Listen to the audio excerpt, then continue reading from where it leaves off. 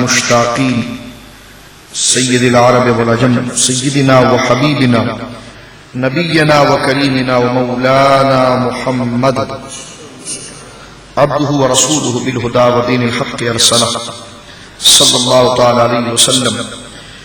أما بعد فأعوذ بالله من الشيطان الرجيم. بسم الله الرحمن الرحيم. وعلمك ما لم تكن تعلم وكان فضل الله عليك عظيما. آمنت بالله صدق الله العظيم. إن الله ملائكته يصلون على النبي يا أيها الذين آمنوا صلوا عليه وسلموا تسليما. اللهم صل على سيدنا وحبيبنا ومولانا محمد وبارك وسلم صلاة وسلام عليك يا سيدي يا حبيبي يا رسول الله. فمبلغ العلم فيه أنه بشر وأنه خير خلق الله كلهم. فإن من جودك الدنيا وضرتها ومن علومك علم اللوح والقلم. مولاي صل وسلم دائما سرمدا على حبيبك خير الخلق كلهم. اللہ کی حمد و ثنا نبی کریم صاحب التکریم باعث تخلیق ارض و سما صلی اللہ علیہ وآلہ آلہ وصحبہ وبارک وسلم کی بارگاہ مقدسہ میں انتہائی عقیدت کے ساتھ درود و سلام پیش کرنے کے بعد حضرات گرامی معنی درس قرآن کے حوالے سے ایک خاص موضوع جو منصب نبوت اور عقیدہ نبوت کے حوالے سے اس کی مختلف جہتیں اور اس کی مختلف اقسام آپ کی خدمت میں تقریباً 3 سے 4 درس قرآن سے آپ کی خدمت میں ذکر کیے جا رہے تھے، اور اس میں ایمان عقیدے کے حوالے سے عقیدہ نبوت کی ضرورت کس قدر اہم ہے، اور نبی پر ایمان رکھنا اور نبی پر دل و جان سے نثار ہو جانا اس کا طریقہ اور تقاضا کیا ہے، اور نبی کہتے کس کو ہیں، نبی کا منصب کیا ہوتا ہے، کیا چیزیں نبی کی ضروریات سے ہوتی ہیں، کیا چیزیں نبی کے لیے لازم ہوتی ہیں، اس حوالے سے آج اس فکر کی ہم ایک اور نشست آپ کی خدمت میں ذکر کر رہے ہیں. اور گزشتہ تقریباً 2 درسوں کے اندر نبی مکرم صلی اللہ علیہ وسلم کے منصب جلیلہ کے حوالے سے جو ہم نے بحث شروع کی تھی کہ نبی کا منصب اللہ اور اس کے بندوں کے درمیان سفارت کا ہوتا ہے، تعلق کا ہوتا ہے، واسطے کا ہوتا ہے، اور نبی کا منصب یہی ہوتا ہے کہ وہ بندے کو اللہ سے ملا دے اور اللہ کا پیغام بندوں تک پہنچا دے. اور ساتھ ساتھ صرف پیغمبر محض نہیں ہوتا بلکہ اس کے وجود اور اس کی ذات کا تعلق امت کے ساتھ اس قدر گہرا ہوتا ہے کہ امت اور اس کے متبعین کا کوئی بھی عمل صرف اس سے سن کر اس پر عمل کرنا کافی نہیں، جب تک اس احکام پر اس نبی کی عظمت اور محبت کا رنگ اس عبادت پر نہ چڑھے اس وقت تک اللہ رب العالمین امتوں کی ان عبادتوں کو اپنی بارگاہ میں مقبول نہیں فرماتا. اس حوالے سے ہم نے آپ کی خدمت میں ذکر کیا تھا کہ چند چیزیں نبوت کے لوازمات میں سے ہوتی ہیں.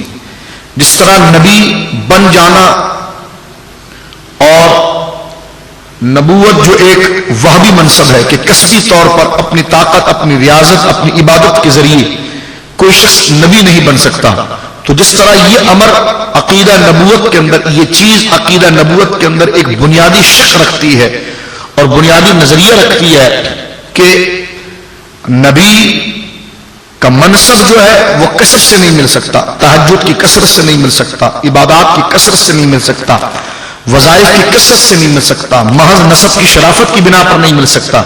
یہ اللہ رب العالمین کا وہب طریقہ ہے، یہ اللہ رب العالمین کا خود انتخاب ہوتا ہے جو اللہ رب العالمین جن نبوت کے لیے منتخب فرماتا ہے. یہ باتیں ساری حضور علیہ الصلوۃ والسلام سے پہلے تک ہے، یعنی حضور پر تو نبوت کا سلسلہ ختم ہو گیا. اب حضور کے بعد نہ کوئی نبوت کا زمانہ مقدر ہے اور نہ ہی کوئی مرتبہ مقدر ہے، یعنی حضور پر نبوت کے زمانے بھی ختم کر دیے گئے، مرتبہ بھی ختم کر دیا گیا. یہاں تک کہ حضرت عیسیٰ علیہ السلام بھی اگر قرب قیامت تشریف لائیں گے تو ان کی حاضری بحیثیت امتی کی ہوگی، نبوت کے نہیں ہوگی، اس لیے کہ نبوت کا زمانہ اور نبوت کا مرتبہ مکمل طور پر. اس لیے آپ دیکھتے ہیں کہ نبی مکرم صلی اللہ علیہ وسلم کے نام نامی اسم گرامی کے ساتھ لکھا جاتا ہے ختمی مرتبت، یعنی حضور علیہ الصلوۃ والسلام پر نبوت کی ختم ہوئی مرتبے کو ہی گویا کہ ختم کر دیا گیا. اب جہاں نبوت کے عقیدے کے اندر میں عرض کر رہا تھا، اس بات کا یقین رکھنا اہم ضروری ہے اور لازم ہے کلمہ پڑھنے کے ساتھ. اور یہ بات بھی ہم نے ضمن آپ کی خدمت میں ذکر کی تھی کہ صرف لا الہ الا اللہ محمد رسول اللہ پڑھنا کافی نہیں، بلکہ کلمے کے تقاضے ادا کیے جائیں گے. رسول کہا ہے تو پھر رسول کے تقاضے ادا کیے جائیں گے. ان میں سے ایک تقاضا جو ہم نے ذکر کیا یہ کہ رسول کی مثال محض کسی شخص کے نہیں ہوتی ہے، بلکہ اس کا منصب یہ ہوتا ہے کہ ان پر وحی کا نزول ہوتا ہے، وہ اللہ اور بندوں کے درمیان سفارت اور تعلق اور وسیلہ اور واسطہ ہوتے ہیں. اور اسی طرح اللہ رب العالمین ان کا انتخاب خود فرماتا ہے. کوئی شخص عبادت اور ریاضت کے ذریعے نبی نہیں بن سکتا. تو جہاں یہ چیزیں عقیدہ نبوت کے ضمن میں داخل ہوتی ہیں، وہیں پر یہ چیزیں بھی نبوت کے عقیدے میں داخل ہوتی ہے کہ نبی کا غیب جاننا ضروری ہوتا ہے، نبی کا تعلق غیب کے ساتھ ہوتا ہے. اور نبی کے جس طرح کے نبی کے بارے میں یہ نظریہ رکھا جائے کہ نبی سے ہمارا کوئی تعلق نہیں، بس انہوں نے احکام دے دیا، تعلیم دے دی، اب ہم رب کریم کے احکام پر عمل کریں گے، تو یہ فرسودہ اور یہ دقیانوسی عقیدہ جو منافقت کے عقیدے پر سراسر مبنی ہے، اس پر ہم نے تفصیلاً خطابات آپ کی خدمت میں ذکر کیے ہیں، جو آپ ویب سائٹ کے ذریعے اور مختلف سیریز کے ذریعے اس کو اپنے مطالعے میں لا سکتے ہیں. اس میں ہم نے ذکر کیا کہ صحابہ کرام علیہ رضوان کا نظریہ یہی تھا کہ انہوں نے احکام تو حضور سے لیے ہیں اللہ رب العالمین کے، لیکن اس احکام کی بجا آوری میں حضور علیہ الصلوۃ والسلام کی ذات کو معطل نہیں کیا، بلکہ حضور علیہ الصلوۃ والسلام کے ادب و احترام کو اس کے ساتھ رکھا ہے. اور انہوں نے اسی بات کو اپنے لازم قرار دیا کہ ہماری جملہ عبادتیں اور جملہ باتیں اللہ کی بارگاہ میں مقبول جب ہوگی جب ہمارے ہاتھوں میں دامن مصطفیٰ ہوگا محبت کے اعتبار سے. تو لہٰذا یہ نبی کا کلمہ پڑھ لیا ہے. اب نبی کی تعظیم سب سے بڑی یہی ہے کہ جناب کلمہ پڑھ لیا ہے، تعظیم سب سے بڑی یہی ہے کہ نماز پڑھ رہے ہیں، تعظیم یہی ہے کہ ہم روزہ رکھ رہے ہیں. صرف یہی تعظیم کا تقاضا نہیں ہے، بلکہ نبی کے ذکر کے ساتھ ہر وہ شے جو نبی کے ذات کے ساتھ منسوب ہے اور ہر وہ شے جو نبوت کے خصائص کے اندر ہے ان کو دل و جان سے قبول کرنا، یہ عقیدہ نبوت اور کلمہ توحید کے ان تقاضوں میں سے ہے کہ جب ان تقاضوں کو مانا جائے گا تب کلمہ توحید اللہ کی بارگاہ میں مقبول ہوگا. ہم نے گزشتہ درس میں آپ کی خدمت میں اس بات کی وضاحت کی تھی کہ نبی کی ذات جو ہوتی ہے، نبی کا مقام جو ہوتا ہے، ان کا تعلق اللہ رب العالمین سے براہ راست ہوتا ہے، اور براہ راست ہونے کے حوالے سے ان کا علم اللہ رب العالمین وحی کے ذریعے عطا فرماتا ہے. اور ہم جن چیزوں کو مشاہدہ کرتے ہیں تو نبی ان چیزوں کا بھی مشاہدہ کرتا ہے اور ان مغیبات جو اسرار و غیوب کی چیزیں ہیں ان کا بھی مشاہدہ کرتا ہے. تو جس طرح نبی کے لیے تعلق اور وسیلے کا منصب ہونا ضروری ہے، نبی کے لیے امت سے ممتاز اور افضل ہونا ضروری ہے، اسی طرح نبی کے لیے ان علوم کا حاصل بھی ضروری ہے کہ جس کو علم غیب کے ساتھ تعبیر کیا جاتا ہے. اور امت اس چیز کو اس نظریے کے ساتھ ذکر کرتی ہے کہ نبی مکرم صلی اللہ علیہ وسلم کو اللہ رب العالمین نے علم غیب عطا فرمایا ہے. اس پر ہم نے گزشتہ درس میں آپ کی خدمت میں ذکر کیا تھا کہ قرآن مجید کے ذریعے اللہ رب العالمین نے اپنے محبوب کو علوم عطا فرمائے ہیں. اور قرآن کریم کے اندر اللہ نے دو قسم کے علم رکھے ہیں، محکمات اور متشابہات. محکمات وہ علم ہے جو ہمارے احکام سے متعلق ہیں، نماز، روزہ، زکوٰۃ، عوامر و نواہی، جس چیز کو ہم نے بجا لانا ہے، جس چیز کو بجا نہیں لانا ہے، جس سے باز رہنا ہے. تو جس چیز شریعت سے جو حکم، شریعت کی باتوں سے جو متعلق آیات ہیں ان کو محکمات کہا جاتا ہے. اور ان آیات کو سمجھنا اس قدر آسان ہے کہ جس طرح اس کی تلاوت کرنے کے ساتھ اس کا ترجمہ سمجھ میں آ جاتا ہے، پھر اس کی تفہیم، اس کے نظائر نبی مکرم صلی اللہ علیہ وسلم اس کی ادائیگی کے طریقے کو اپنے عمل سے ذکر فرماتے ہیں. پھر انہی آیات کے اندر ایک آیات کا حصہ ہے جس کو متشابہات ذکر کہا جاتا ہے. اور متشابہات ان آیات کو کہتے ہیں کہ جس میں پوری امت اگر ان آیات کی تفہیم اور سمجھ کے لیے غور و تحمس کرے، انتہائی فکر لگا دے اور اپنی تمام پر توجہ کو اس کے اندر داخل کر دے، تب بھی ان آیات کے معنی ان پر واضح نہیں ہو سکتے ہیں. جس طرح کہ الف لام میم صاد کاف ہا یا عین صاد، یہ آیات جو حروف مقطعات ہیں جن کو آیات متشابہات کہا جاتا ہے کہ اس کا معنی انتہائی خفا کے اندر ہے، انتہائی پوشیدگی کے اندر ہے. تو اللہ رب العالمین نے ان دو قسم کی آیتوں کو قرآن میں اتارا ہے، جو محکمات ہیں، متشابہات ہیں. اللہ رب العالمین نے امت کے لیے جس چیز کا پابند نبی کو کیا ہے کہ جو باتیں آپ نے امت کو بتانی ہیں وہ تو محکمات ہیں، لیکن متشابہات کا نزول کیوں ہوا ہے؟ اب نازل جب اللہ نے ان آیاتوں کو کیا ہے متشابہات جو انتہائی غیب اور اسرار کے پردے کے اندر ہے، اگر اس کا کوئی مطلب ہی نہیں تھا تو اس کو نازل کرنے کی ضرورت کیا تھی؟ بات یہ ہوئی کہ محکمات کا تعلق ہماری روحانیت کی ترقی کے لیے تھا اور متشابہات کا تعلق نبوت کی ترقی کے لیے ہوا کرتا ہے. جو آیتیں سراسر غیب کے کلام اور غیب کی باتوں پر مبنی ہوتی ہے، اس لیے امت مسلمہ نے اور اہل سنت و جماعت کا یہ نظریہ جو قرآن و سنت کے عین مطابق ہے کہ اللہ رب العالمین نے اپنے محبوب کریم علیہ الصلوۃ والسلام کو وحی کے ذریعے علم مرحمت فرمایا ہے، اور وہ علم جو ہے وہ محض علم ظاہر نہیں ہے بلکہ علم باطن ہے، مغیبات کا علم ہے، متشابہات کا علم ہے. جس طرح کہ میں نے آپ کی خدمت میں ایک اور آیت ذکر کی تھی سورہ قیامہ کی کہ نبی مکرم صلی اللہ علیہ وسلم کے لیے اللہ نے اس بات کو ذکر فرمایا کہ محبوب آپ نے اس سے پہلے قرآن کی تلاوت تو نہیں کی ہے، لیکن آپ اس کو پڑھیں گے کیسے، اس کو ادا کیسے کریں گے، اس کا تلفظ کیسے کریں گے. جس شخص نے ابھی الف با نہ پڑھا ہو تو وہ پھر آگے کی کتابوں کو کس طرح پڑھ لے گا؟ تو اللہ رب العالمین نے ارشاد فرمایا کہ محبوب گھبرانے کی ضرورت نہیں ہے. ان علینا فرمایا کہ لا تحرک به لسانک لتعجل به ان علینا جمعہ وقرآنہ. آپ نہ زبان کثرت کے ساتھ چلائیں جبریل کے ساتھ، نہ اس کو یاد کرنے میں اپنے آپ کو مشقت میں ڈالیں. آپ کے دل میں بسا دینا بھی ہماری ذمہ داری ہے اور آپ کی زبان پر جاری کر دینا بھی ہماری ذمہ داری ہے.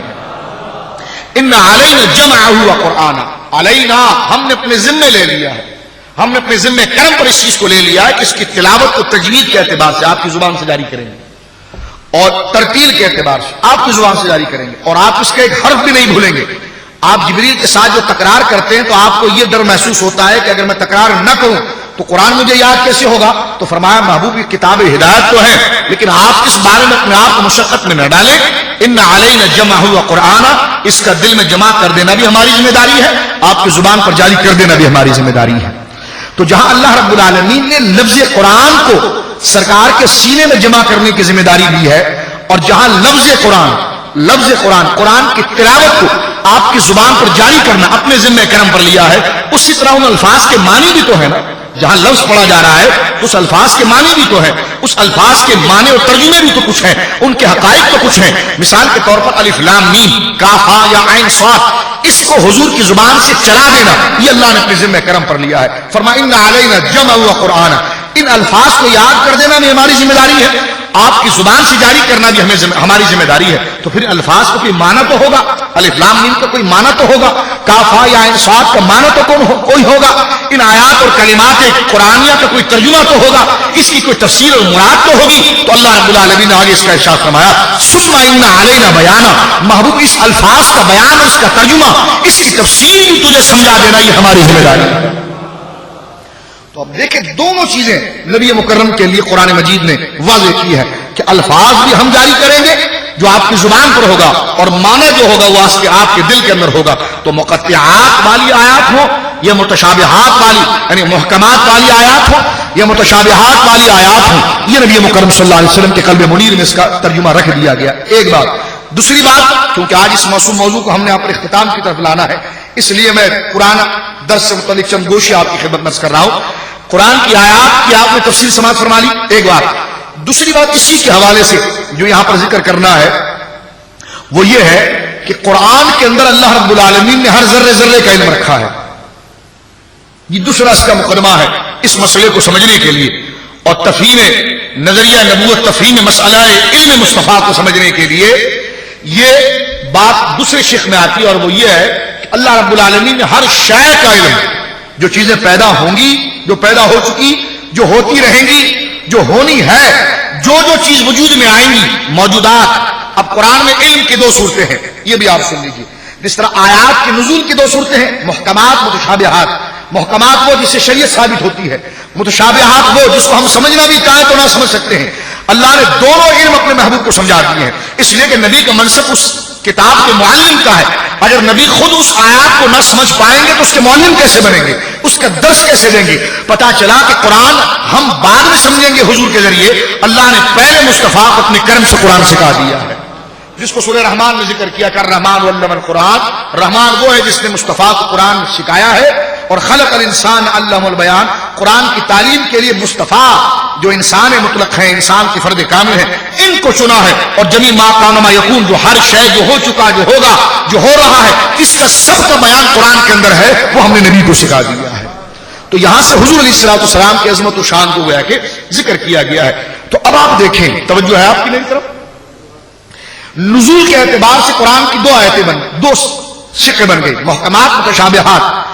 ایک اس کے علم کے اعتبار سے بھی اس کی دو صورتیں بنتی ہیں، یعنی ایک ہے موجودات اور ایک ہے معدومات۔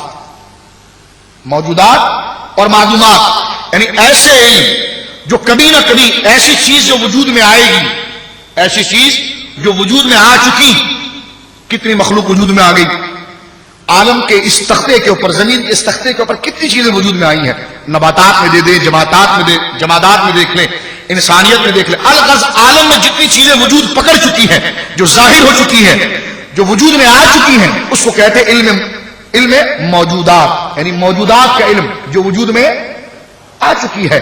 اب یہاں پر دیکھیے جو لوگ اہل سنت پر شرک کا فتویٰ لگاتے ہیں ان کی قلی یہاں سے کھل جاتی ہے۔ مسلمان جو نبی کے لیے قرآن کے علوم مانتے ہیں، وہ کون سے علوم مانتے ہیں؟ وہ علم موجودات مانتے، علم معدومات نہیں مانتے۔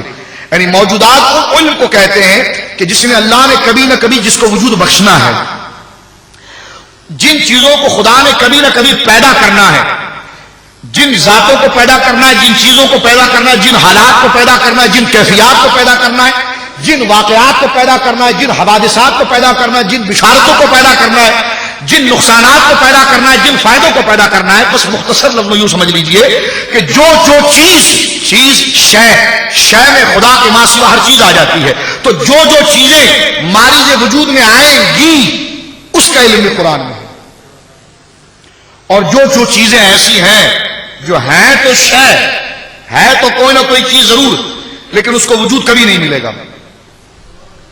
علم کے اعتبار سے قرآن کے علم کی دو قسمیں بن گئی، سمجھ رہے میری بات آپ؟ ایک ہے موجودات اور ایک ہے مل کر کہیں معدومات۔ اس تفصیل کو آپ سمجھ کر اپنی علمی سطح کو بلند کریں تاکہ وہ لوگ جو حضور کے علم پر اعتراض کرتے ان کی سطحی ذہنیت کا اندازہ آپ کو ہو جائے کہ اتنے اہم ترین علم اور اتنے ضروری عقیدے کو وہ کس قدر جہالت کے اعتبار سے گویا کہ نشانہ تنقید بناتے ہیں اور اس کا اعتراض کرتے ہیں۔ اگر غلط فہمی میں کرتے ہیں تو ہمیں ان سے کوئی اختلاف نہیں، ہم ان کی وضاحت کر رہے ہیں، اور اگر کوئی جان کر جہالت سے کرتا ہے تو یقیناً وہ ہمارا دوست کبھی نہیں ہو سکتا، اس لیے کہ قرآن مجید برہان رشید کی آیات کا انکار کرنا اور نبی کے منصب سے چڑھ جانا یہ مومن کا کبھی شیوا نہیں ہو سکتا۔ اور یہ جو گفتگو ہم کر رہے ہیں یہ مناظروں کے لیے نہیں کر رہے، یہ مباحثوں کے لیے نہیں کر رہے، یہ لڑائی جھگڑے کے لیے نہیں کر رہے، ہم ان حقائق کو اٹھا کر سامنے لانا چاہتے ہیں جس کو قرآن ذکر کر رہا ہے اور جس کو آج تک نبی کے حوالے سے امت نے ذکر کیا ہے۔ میں نے اس طرح عرض کیا کہ آیات کے اعتبار سے آیات کی دو قسمیں تھیں، محکمات متشابہات۔ اسی طرح قرآن میں جو علم ہے، قرآن میں کس چیز کا علم ہے؟ فرمایا ولا رطب ولا یابس الا فی کتاب مبین۔ ہر خشک و تر کو ہم نے جمع کر کے اس قرآن میں رکھا ہے۔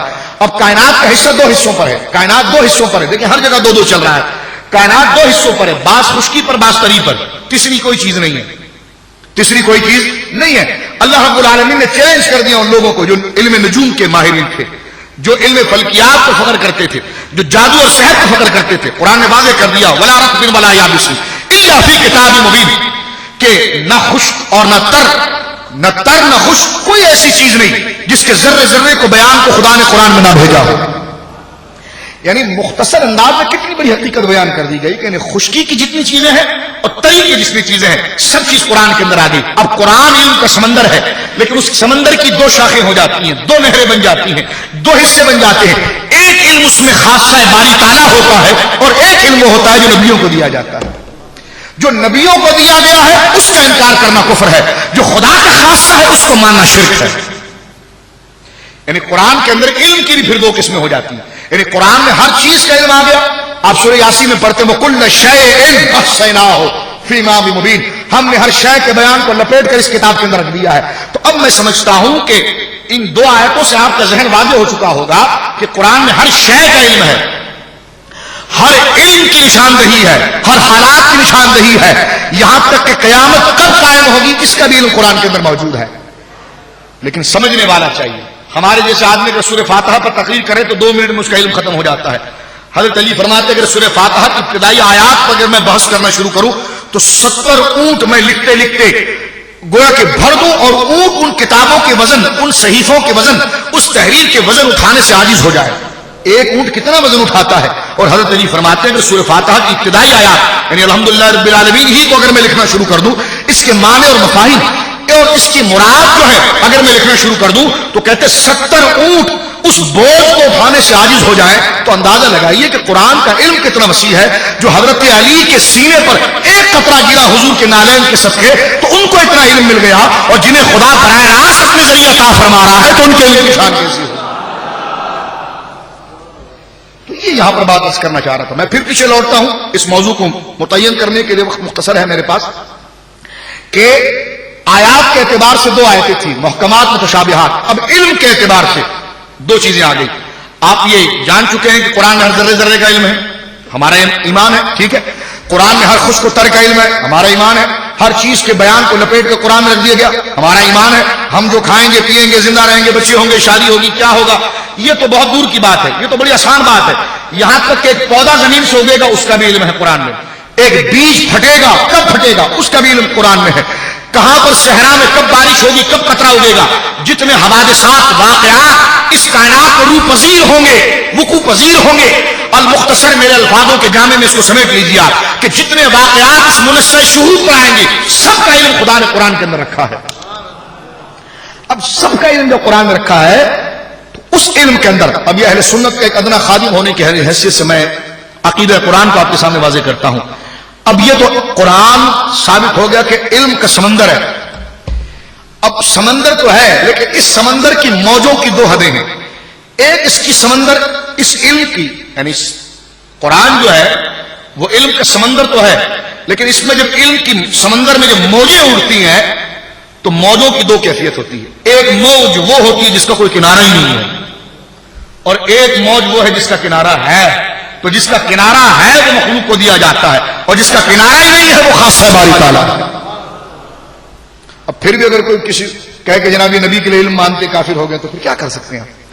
یعنی اتنے واضح فرق کے بعد اب اس کو سن لیجیے آپ کہ اب قرآن کے علوم کی 2 قسمیں ہو گئی, موجودات معدومات. معدومات سمندر علم قرآن کا وہ طوفان ہے اور وہ لہروں کی وہ موجیں ہیں علم کی کہ جس کا کوئی کنارہ نہیں. تو جس علم کا کوئی کنارہ نہیں ہے وہ معدومات ہے, اور جس علم کا کوئی حد ہے کوئی اختتام ہے کوئی تعلق ہے کوئی ربط ہے کوئی حصار ہے اور اس کی کوئی انتہا ہے وہ ہے موجودات. تو اب موجودات جو چیزیں وجود میں آئیں گی اس کا علم بھی قرآن میں ہے, اور کچھ چیزیں ہے تو چیز لیکن وجود کبھی نہیں ملے گا وہ ہے معدومات. تو مسلمان اور ہم اہل سنت و جماعت الحمدللہ نبی مکرم کے لیے قرآن کے ان علوم کو مانتے ہیں جو وجود میں آئیں گے یا آ چکے ہیں. موجودات معدومات کا علم ہم نبیوں کے لیے نہیں مانتے, وہ مخلوق کا خاصہ ہی نہیں ہے. جو معدومات کا علم بھی نبیوں کے لیے مانے وہ مشرک ہو جائے گا کافر ہو جائے گا, اور جو موجودات کے علم کی نفی نبیوں سے کرے وہ بھی دار اسلام سے خارج ہو جائے گا. تو حد بندی کیا ہے کہ قرآن میں 2 قسم کے علم آ گئے جس کو آسان انداز میں سمجھ لیجیے آپ. ایک ہے متناہی ایک ہے غیر متناہی. ایک علم ایسا ہے جس کی کوئی انتہا ہے, ایک علم ایسا ہے جس کی کوئی انتہا نہیں ہے. اب آپ اس کو متناہی کہہ لیں, آپ اس کو موجودات کہہ لیں, آپ اس کو باعلان الہی کہہ لیں, اور جو چیزیں غیر متناہی ہے کہ جس علم کی کوئی انتہائی نہیں ہے اس کو آپ علم الہی کہہ دیں, علم معدومات کہہ دیں, بات وہی بنتی ہے, لفظ بدلتے چلے جاتے ہیں. تو قرآن میں اب 2 علم آ گئے کہ ایک کی انتہا ہے ایک کی انتہا نہیں. تو جس کی انتہا نہیں ہے وہ خاصہ باری تعالیٰ ہے, اور جس کی انتہا ہے وہ مخلوق کا خاصہ ہے. کیونکہ انتہا اس علم کی ہوتی ہے جس کے بعد بات ختم ہو جاتی ہے, اور خدا کے علم کی نہ کوئی ابتدا ہے نہ انتہا ہے. جس کے علم کی انتہا ہو جائے وہ خدا نہیں ہو سکتا, اس لیے کہ خدا کے علم کی نہ ابتدا ہے نہ انتہا. کہ ابتدا اسے کہتے ہیں جو پہلے نہ ہو, اور انتہا اسے کہتے ہیں جو بعد میں نہ ہو. اللہ جو مخلوق کو علم دیتا ہے اس کی ابتدا بھی انتہا بھی ہے, انبیاء کو جو علم دیتا ہے اس کی ابتدا بھی اور انتہا بھی ہے. بس فرق اتنا ہے جن نبیوں کو اللہ نے تھوڑا تھوڑا کر کے اس علم کے گھونٹ پلائے ہیں, اس علم میں متناہی کا پورا سمندر تنہا مصطفیٰ کو پلا دیا. تو یہ ہے اس علم کے عقیدے کی بحث, علم متناہی علم غیر متناہی. علم متناہی جس کی کوئی انتہا ہو وہ علم رسول ہے, وہ علم مخلوق ہے. اس کو آپ عطائی علم بھی کہہ سکتے ہیں, وحی کے ذریعے بھی کہہ سکتے ہیں, الہام کے ذریعے بھی کہہ سکتے ہیں, القاء کے ذریعے بھی کہہ سکتے ہیں. لیکن جو علم غیر متناہی ہے اس کو آپ علم معلومات بھی کہہ سکتے ہیں، اس کو یہ بھی کہہ سکتے ہیں کہ جناب اس علم کی کوئی انتہا نہیں ہے تو وہ خاصہ باری تعالیٰ ہے، اس کو یہ بھی کہہ سکتے ہیں وہ ذاتی علم ہے، اور جو ذاتی علم ہوتا ہے وہ عطا نہیں کیا جاتا۔ اللہ رب العالمین مخلوق کو وہ علم عطا فرماتا ہے جو ان کے منصب، ان کی حیثیت، ان کے مرتبے کے تقاضے کے مطابق ہے۔ لہذا اسی چیز کو قرآن نے ذکر کیا کہ وما کان اللہ لیطلعکم علی الغیب ولکن اللہ یجتبی من رسلہ من یشاء۔ اللہ کی یہ شان نہیں کہ یہ علم جو قرآن کے اندر ہے یہ مخلوق میں جو مخلوق کو دینے کا علم ہے تو وہ ہر غیرے کو بتائے، اس لیے کہ وہ غیب ہے، وہ اللہ کے راز ہیں، وہ بتانے والے تو ہیں لیکن ہر ایک کو نہیں بتائے جاتے۔ فرمایا ولکن اللہ یجتبی من رسلہ من یشاء، ہاں اللہ جس رسول کو چاہتا ہے اس علم میں سے حصہ عطا فرماتا ہے۔ تو اب اس عقیدے کی وضاحت کے بعد میں آگے چند باتیں مزید آپ کی خدمت میں عرض کرتا ہوں۔ امام غزالی کا ایک بڑا خوبصورت قول آپ کے سامنے پیش کرتا ہوں جس سے آپ کا دل باغ باغ ہو جائے گا کہ کتنے خوبصورت انداز میں منصب نبوت کی تفریح اور نبیوں کے مقام کی اہمیت اور ان کا تعارف جو حضرت امام غزالی نے پیش کیا ہے، سبحان اللہ۔ حضرت امام غزالی فرماتے ہیں کہ دیکھو انسان اپنی ذات پر توجہ کرے تو اسے چند چیزیں پتہ چل جائیں گی۔ فرمایا کہ جس طرح انسان کو اللہ رب العالمین نے پہلے حواس عطا فرمائے، کیا حواس؟ ہمارے اندر 5 چیزیں حواس کی ہیں جس سے ہم محسوس کرتے ہیں، دیکھ کر، سن کر، چکھ کر، پکڑ کر، سن کر، جس کو قوت خمسہ بھی کہتے ہیں، اور وہ انسان کی حص عالیہ ہے، یعنی 5 چیزیں ہیں۔ تو انسان کو جب اللہ رب العالمین نے حص دیا تو حص انسان کے مرتبے کو سنبھال نہ پائی اور انسان اس میں گمراہی میں پڑ سکتا تھا، تو اللہ نے حص کے نتیجے کو خراب ہونے سے بچانے کے لیے عقل عطا فرمائی۔ مثال کے طور پر آپ اگر تیز رفتار گاڑی میں جا رہے ہوں اور گاڑی بہت تیز دوڑ رہی ہو، آپ اپنی عقل سے کام نہ لیں اور تمیز سے کام نہ لیں، صرف اپنے حص سے کام لیں جو آپ کی آنکھ دیکھ رہی ہے، تو آپ کو یوں لگے گا کہ درخت بھی بھاگ رہے ہیں، محسوس ہوتا نہیں ہوتا؟ اگر آپ صرف اپنی قوت حص، عقل کو دخل نہ دیں، وہاں پر صرف قوت حص کو دخل دیں تو آپ کو حص یہ بتائے گی آپ کی حص یہ بتائے گی کہ جناب درخت بھی آپ کے ساتھ بھاگ رہے ہیں، لیکن جہاں حص خطا کرے گی علم دینے پر تو عقل وہاں پر اس کی گمراہی کو روکے گی اور کہے گی کہ نہیں، تو بھاگ رہا ہے، یہ نہیں بھاگ رہے ہیں۔ تو یہ جو نتیجہ دفعتاً آتا ہے یہ عقل کی طرف سے آتا ہے۔ تو اسی طرح ذکر کیا حضرت امام غزالی علیہ رحمت نے کہ جس طرح قوت حص کے بعد اللہ نے عقل کو رکھا ہے، اسی طرح عقل جب گمراہ ہو تو اس کے اوپر نبوت کو رکھا ہے۔ یعنی حص جب گمراہ ہو تو عقل کو رکھا گیا ہے، اور عقل اگر گمراہ ہو تو نبوت کو رکھا گیا ہے۔ یعنی حص کو یہ تھی نا کہ درخت میرے ساتھ دوڑ رہے ہیں، تو عقل نے یہ فوراً فتوا دیا کہ درخت نہیں دوڑ رہے، تو دوڑ رہا ہے۔ لیکن جب عقل سے پوچھا گیا کہ خدا کون ہے تو عقل نے کہا کہ جو بہت زیادہ سخی ہو، جو بڑا مہربان ہو، بڑی محبت کرنے والا ہو، علم والا ہو۔ تو اب عقل نے خدا کی یہ تصویر بنائی ہے، لہذا اب کسی نے ہاتھی کو بھی خدا کہہ دیا، پہاڑ کو بھی خدا کہہ دیا، کسی سخی کو دیکھا تو کہا جی آپ خدا کا بھگوان کا روپ لے کر آ گئے ہیں۔ تو اب عقل نے جو خدا کے تصورات پیدا کیے وہ اپنی حیثیت کے مطابق سے جو اس کی بساط تھی وہ کرنا اس نے شروع کیا، لیکن جب حص گمراہ کر رہی تھی تو عقل نے اس کی بات ڈور سنبھالی، اور عقل جب حساس مسئلے میں خطا کرتی ہے تو اس پر نبوت کو رکھا گیا ہے تاکہ نبوت عقل کی اصلاح کر دے۔ اور نبوت نے عقل کی کیسی اصلاح کی ہے وہ بڑی بات واضح ہے کہ دیکھیں عقل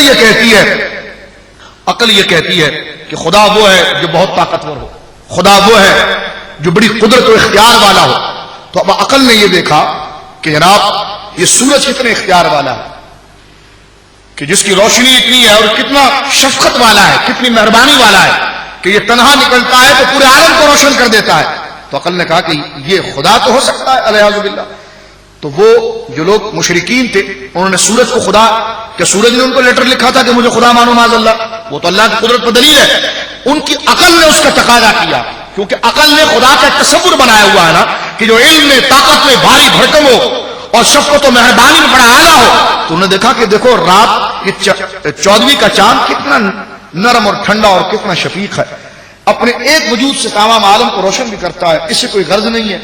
سورج دیکھو کتنا روشن کرتا ہے، کتنی مہربانی کرتا ہے، اس سے ہمیں کتنے فائدے پہنچتے ہیں، کتنی اس کی شفقت ہوتی ہے۔ تو عقل کے تقاضے کے اعتبار سے سورج اور چاند کو لوگوں نے خدا ماننا شروع کیا، لیکن جب دنیا نے دیکھا کہ اللہ رب العالمین نے توحید کے پیغام کو مکمل کرنے کے لیے اپنے محبوب اعظم کو بھیجا تو اللہ رب العالمین نے اسی چاند کو بھی آپ کے ہاتھ کا کھلونا بنایا اور اس سورج کو بھی آپ کے ہاتھ کا کھلونا بتایا اور بتا دیا کہ اے عقل کے چاہنے والوں دیکھو جس کو تم خدا کہہ رہے تھے تو تمہاری عقل پھٹکار کا شکار تھی، میں نبی مصطفیٰ ان کو اپنے ہاتھوں کا کھلونا بنا رہا ہوں اور تمہیں بتا رہا اگر یہ خدا ہوتے تو میرے ہاتھوں کا کھلونا نہ بنتے۔ تو کئی لوگ کہیں کہ آپ خدا ہیں تو آپ سجدہ ریز ہو گئے، آپ نے کہا میں بھی خدا نہیں ہوں، خدا وہ ہے جسے میں خود سجدہ کرتا ہوں۔ تو لہذا حس اگر گمراہی کرے، حس اگر گمراہ کرے تو عقل اس پر نشاندہی کرتی ہے، اور عقل گمراہ کرے تو نبوت نشاندہی کرتی ہے۔ تو امام غزالی نے بڑا پیارا تصور نبوت کا پیش کیا ہے، اور اس کو دوسرے انداز میں امام غزالی لے کر آتے ہیں۔ آپ ذرا سنیے، یہاں تو یہ بتایا کہ حس کے اوپر عقل کو رکھا اور عقل کے اوپر نبوت کو رکھا۔ اسی طرح ایک بڑی پیاری بات لکھی ہے، یہ جانور جو ہے، جانور کو علم نہیں ہوتا، جانور کی حرکتوں پر علم کا اطلاق نہیں ہوتا۔ جانور کے یعنی مثال کے طور پر اگر بھینس کھڑی اور سامنے پانی رکھا ہوا ہے، بھینس جا کر پانی اور چارہ کھانا شروع کر دے تو اس کو یہ نہیں کہا جا سکتا کہ جناب اسے علم ہو گیا ہے۔ ہاں اس کی حس اتنی دراز ہے کہ جس کے لیے وہ اپنی طلب جو فطرتی طور پر اس کا وہ اختیار کر رہی ہے۔ علم انسان کا خاصہ ہے، علم عقل سے مترشح ہوتا ہے، علم عقل کے نتیجے کو کہتے ہیں۔ میں اس شخص کی عبارت پر بڑا حیران ہوں کہ جس نے جانوروں کے لیے علم نہیں بلکہ علم غیب مان لیا حفظ الایمان کے اندر۔ تو ان کے لوگوں سے سوال کیا گیا کہ جانور میں تو سرے سے علم نہیں ہوتا تو علم غیب کہاں سے آ گیا؟ کیونکہ علم تو انسان کا خاصہ ہے، علم تو اس کے پاس ہوگا جس کے پاس عقل موجود ہوتی ہے۔ آپ منطق کی کتابوں میں پڑھا کرتے ہیں کہ حصول صورت الشیء عند العقل فی العقل عند العقل، اس قسم کے الفاظ مختلف منطق کے اندر بھی آتے ہیں، لاجک کی جو کتابیں، فلسفے کی کتابیں اس میں آتے ہیں کہ عقل جو نتیجہ، حس کا کام یہ ہے، حس عقل کی معاون ہے، حس مقدمہ لے کر عقل کی بارگاہ میں بھیج کرتی ہے اور عقل جس پر نتیجہ نکالتا ہے اس کو علم کہا جاتا ہے۔ تو ہمارا علم ضمنی اس لیے ہے کہ ہمارا علم جو ہے وہ عقل کا نتیجہ ہے، اور نبی کا علم یقینی اس لیے ہے کہ نبی کا علم عقل کا نتیجہ نہیں ہوتا، وحی کا نتیجہ ہوتا ہے۔ نبی کا علم جو ہے وہ وحی کے ذریعے ہوتا ہے، اس کی بارگاہ اسے علم جو براہ راست ملتا ہے وہ عقل کے ذریعے نہیں ہوتا، وہ وحی کے ذریعے ہوتا ہے، اور وہ عقل اس کی اس قدر بالغ ہو جاتی ہے کہ اس عقل کا براہ راست تعلق وحی کے ساتھ ہوتا ہے، جس کو حضرت امام غزالی نے نبی کے علم کے حوالے سے بڑی پیاری بات ذکر کی ہے۔ ارشاد فرماتے ہیں امام غزالی کیونکہ فلسفی بھی ہے، ان سے اچھا اس فن کو کون سمجھا سکتا ہے؟ فرمایا دیکھو حیوان جاندار کو کہتے ہیں، حیوان، لیکن انسان بھی جاندار ہے۔ انسان اس حیوان کے اوپر ایک درجہ کیوں دیا گیا؟ کیونکہ انسان کے اندر اس پر ایک درجہ فضیلت ہے۔ ابھی ذکر کرتا ہوں، جانور کو حیوان کہتے ہیں اور حیوان جاندار کو کہتے ہیں، انسان بھی جاندار ہے، اس پر بھی لفظ حیوان کا اطلاق ہوتا ہے، لیکن لفظ حیوان کہنا اس کی حضرت انسان کی خدمت میں توہین ہے، اس کو حیوان نہیں کہا جا سکتا۔ کیوں نہیں کہا جا سکتا کہ وہ جاندار ہے؟ تو کہا جاندار ہونے کے ساتھ ساتھ انسان کو ایک اور صفت سے ممتاز کیا گیا ہے جس کے ساتھ آپ اس کو یاد کریں گے۔ تو جس طرح حیوان کے اوپر انسان کو ایک صفت سے برتری ہے، اسی طرح انسانوں پر نبی کو ایک صفت کے اوپر سے برتری ہے۔ اب حیوان جو ہے وہ جاندار ہے، جو جاندار ہے تو اس کے اندر کیا کمال ہوگا؟ تو کہا جی اس کے اندر حس ہوگی، وہ گرمی کو ٹھنڈک کو محسوس کرے گا، وہ اپنی خورد و نش کی چیز کو دیکھ کر اس کو محسوس کرے گا، اس کے قریب جائے گا، اپنی جان کو خطرات سے، موسم کے خطرات سے بچائے گا۔ تو یہ تو حیوان ہے، حیوان کے اندر قوت حس ہوتی ہے۔ انسان اس پر کیسے فضیلت لے گیا کہ انسان میں عقل ہوتی ہے، حس تو ہوتی ہے، عقل بھی ہوتی ہے۔ عقل حیوان کے اندر نہیں ہوتی، جانور کے اندر عقل نہیں ہوتی۔ تو انسان کو جو درجہ ملا حیوان کے اوپر، جانور کے اوپر، وہ عقل کی وجہ سے ملا۔ حس انسان میں بھی ہے، حس جانور میں بھی ہے، لیکن ایک عقل ایک ایسی چیز ہے جس نے اس کو جانور سے ممتاز کر دیا۔ عقل انسان کو جانور سے ممتاز کرتی ہے، نبوت اس انسان کو آپ انسانوں سے ممتاز کر دیتا ہے۔ یہ صفت ہے جو اوپر لے جا کر اس کو رکھتی ہے، اور اس کو امام غزالی علیہ رحمت نے بڑے خوبصورت انداز میں گویا کہ ذکر کیا ہے۔ فرمایا جس طرح اللہ رب العزت نے حیوان کو حواس کی قوت عطا فرمائی ہے، انسان کو اس سے ایک زیادہ قوت عقل کے عطا فرمائی ہے، اسی طرح نبی کو اللہ رب العالمین نے اس سے ایک زیادہ قوت عطا فرمائی ہے۔ آپ سوال کر سکتے ہیں کہ علم کو عقل سے حاصل ہوتا ہے نا، تو وہ تو انسان کے پاس ہے. اگر نبی کو عقل کے اوپر رکھا گیا تو نبی کو کون سا علم دیا جاتا ہے؟ کیونکہ اب اعتراض سمجھ رہے ہیں میرا، یعنی ہم یہ کہہ رہے ہیں کہ علم جو ہے وہ عقل سے جاری ہوتا ہے، عقل کا نتیجہ ہوتا ہے. تو عقل تو انسان کے پاس ہے، اور امام غزالی فرماتے ہیں کہ اللہ نے انسان کو فضیلت دی ہے عقل کی وجہ سے، اور اس عقل پر ایک درجہ اوپر جو نبوت کا ہے. تو پتا چلا پھر عام انسان کی عقل اور نبی کی عقل میں فرق ہوا. تو جب دونوں کی عقلوں میں فرق ہوا تو دونوں کے علم میں بھی فرق ہوا. پتا چلا کہ انسان کی عقل علم ظاہری کا ادراک کرتی ہے اور نبی کی عقل علم غیب، علم مغیبات، علم باطن کا ادراک کرتی ہے. تو نبی سے غیب کا انکار کرنا یہ نبی کے سب سے بڑے منصب کا انکار ہے. امام غزالی فرماتے ہیں کہ انسان ہو اور اسے علم اور عقل نہ ہو تو اسے پاگل کہا جا سکتا ہے، اور پاگل کہنا یہ اس کے لیے نقص ہے. تو جس طرح انسان سے عقل نکال دینا انسان کی توہین ہے، اسی طرح نبی سے غیب کے دریافت کی اور غیب کے حصول کی عادت کو نکال دینا یہ منصب نبوت کی توہین ہے. تو یہ وہ تقاضا ہے کہ نبی کے لیے غیب کا ماننا ضروری ہے، جس طرح عقل مند آدمی کے لیے اس کا علم ماننا ضروری ہے.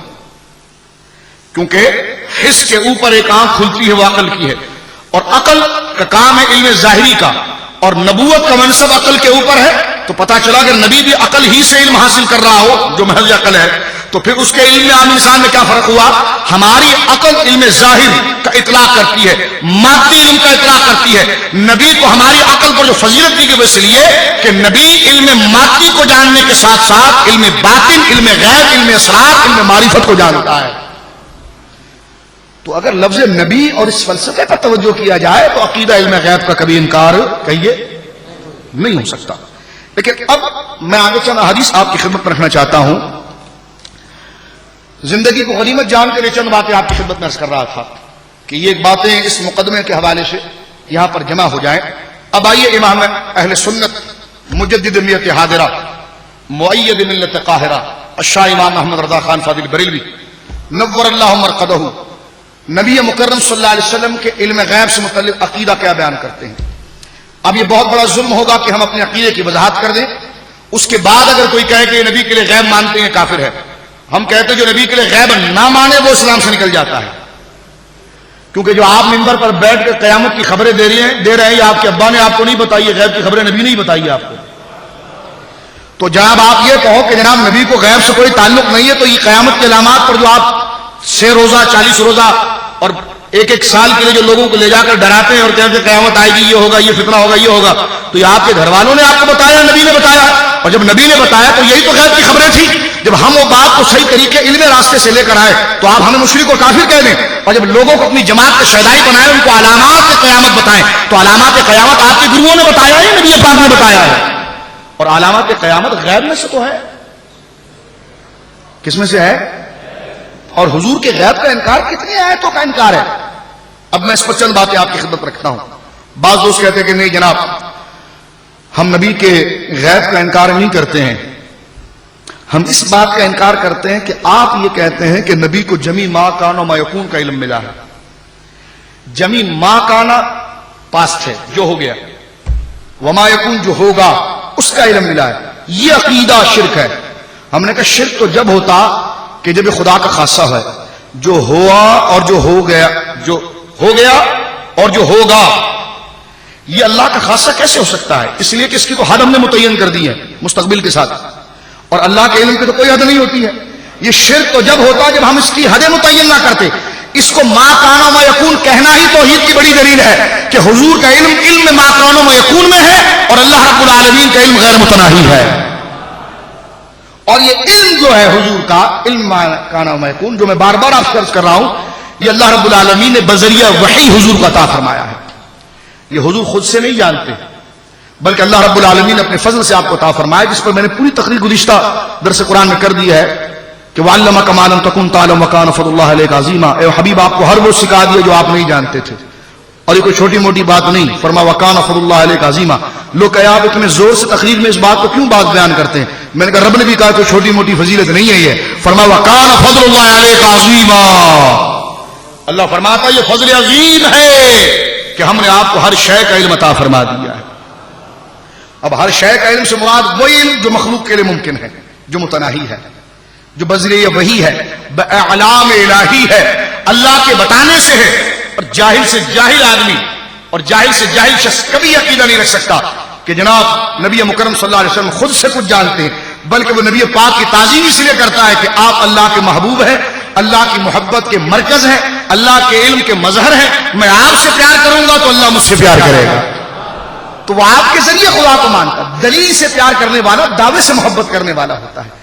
کوئی اگر دلیل کو اٹھائے سر پر پھرے تو یہ نہیں کہا جائے کہ دعوے کو بھول گیا ہے، ارے اس دعوے کی وجہ سے تو دلیل سے پیار کر رہا ہے. نبی سے پیار کرنا یہ ہے خدا کی وجہ سے کہ وہ خدا کو ایک مانتا ہے اور محمد رسول اللہ کو آپ کی ذات کی دلیل قرار دیتا ہے. اس لیے آپ سے محبت کرنا اصلاً نہیں ہے، یہ اللہ رب العالمین کی محبت کے تحت ہے کہ آپ اللہ کی محبت کے مرکز ہیں، مظہر ہیں. جو آپ کی طرف آیا وہ خدا کی طرف آ گیا.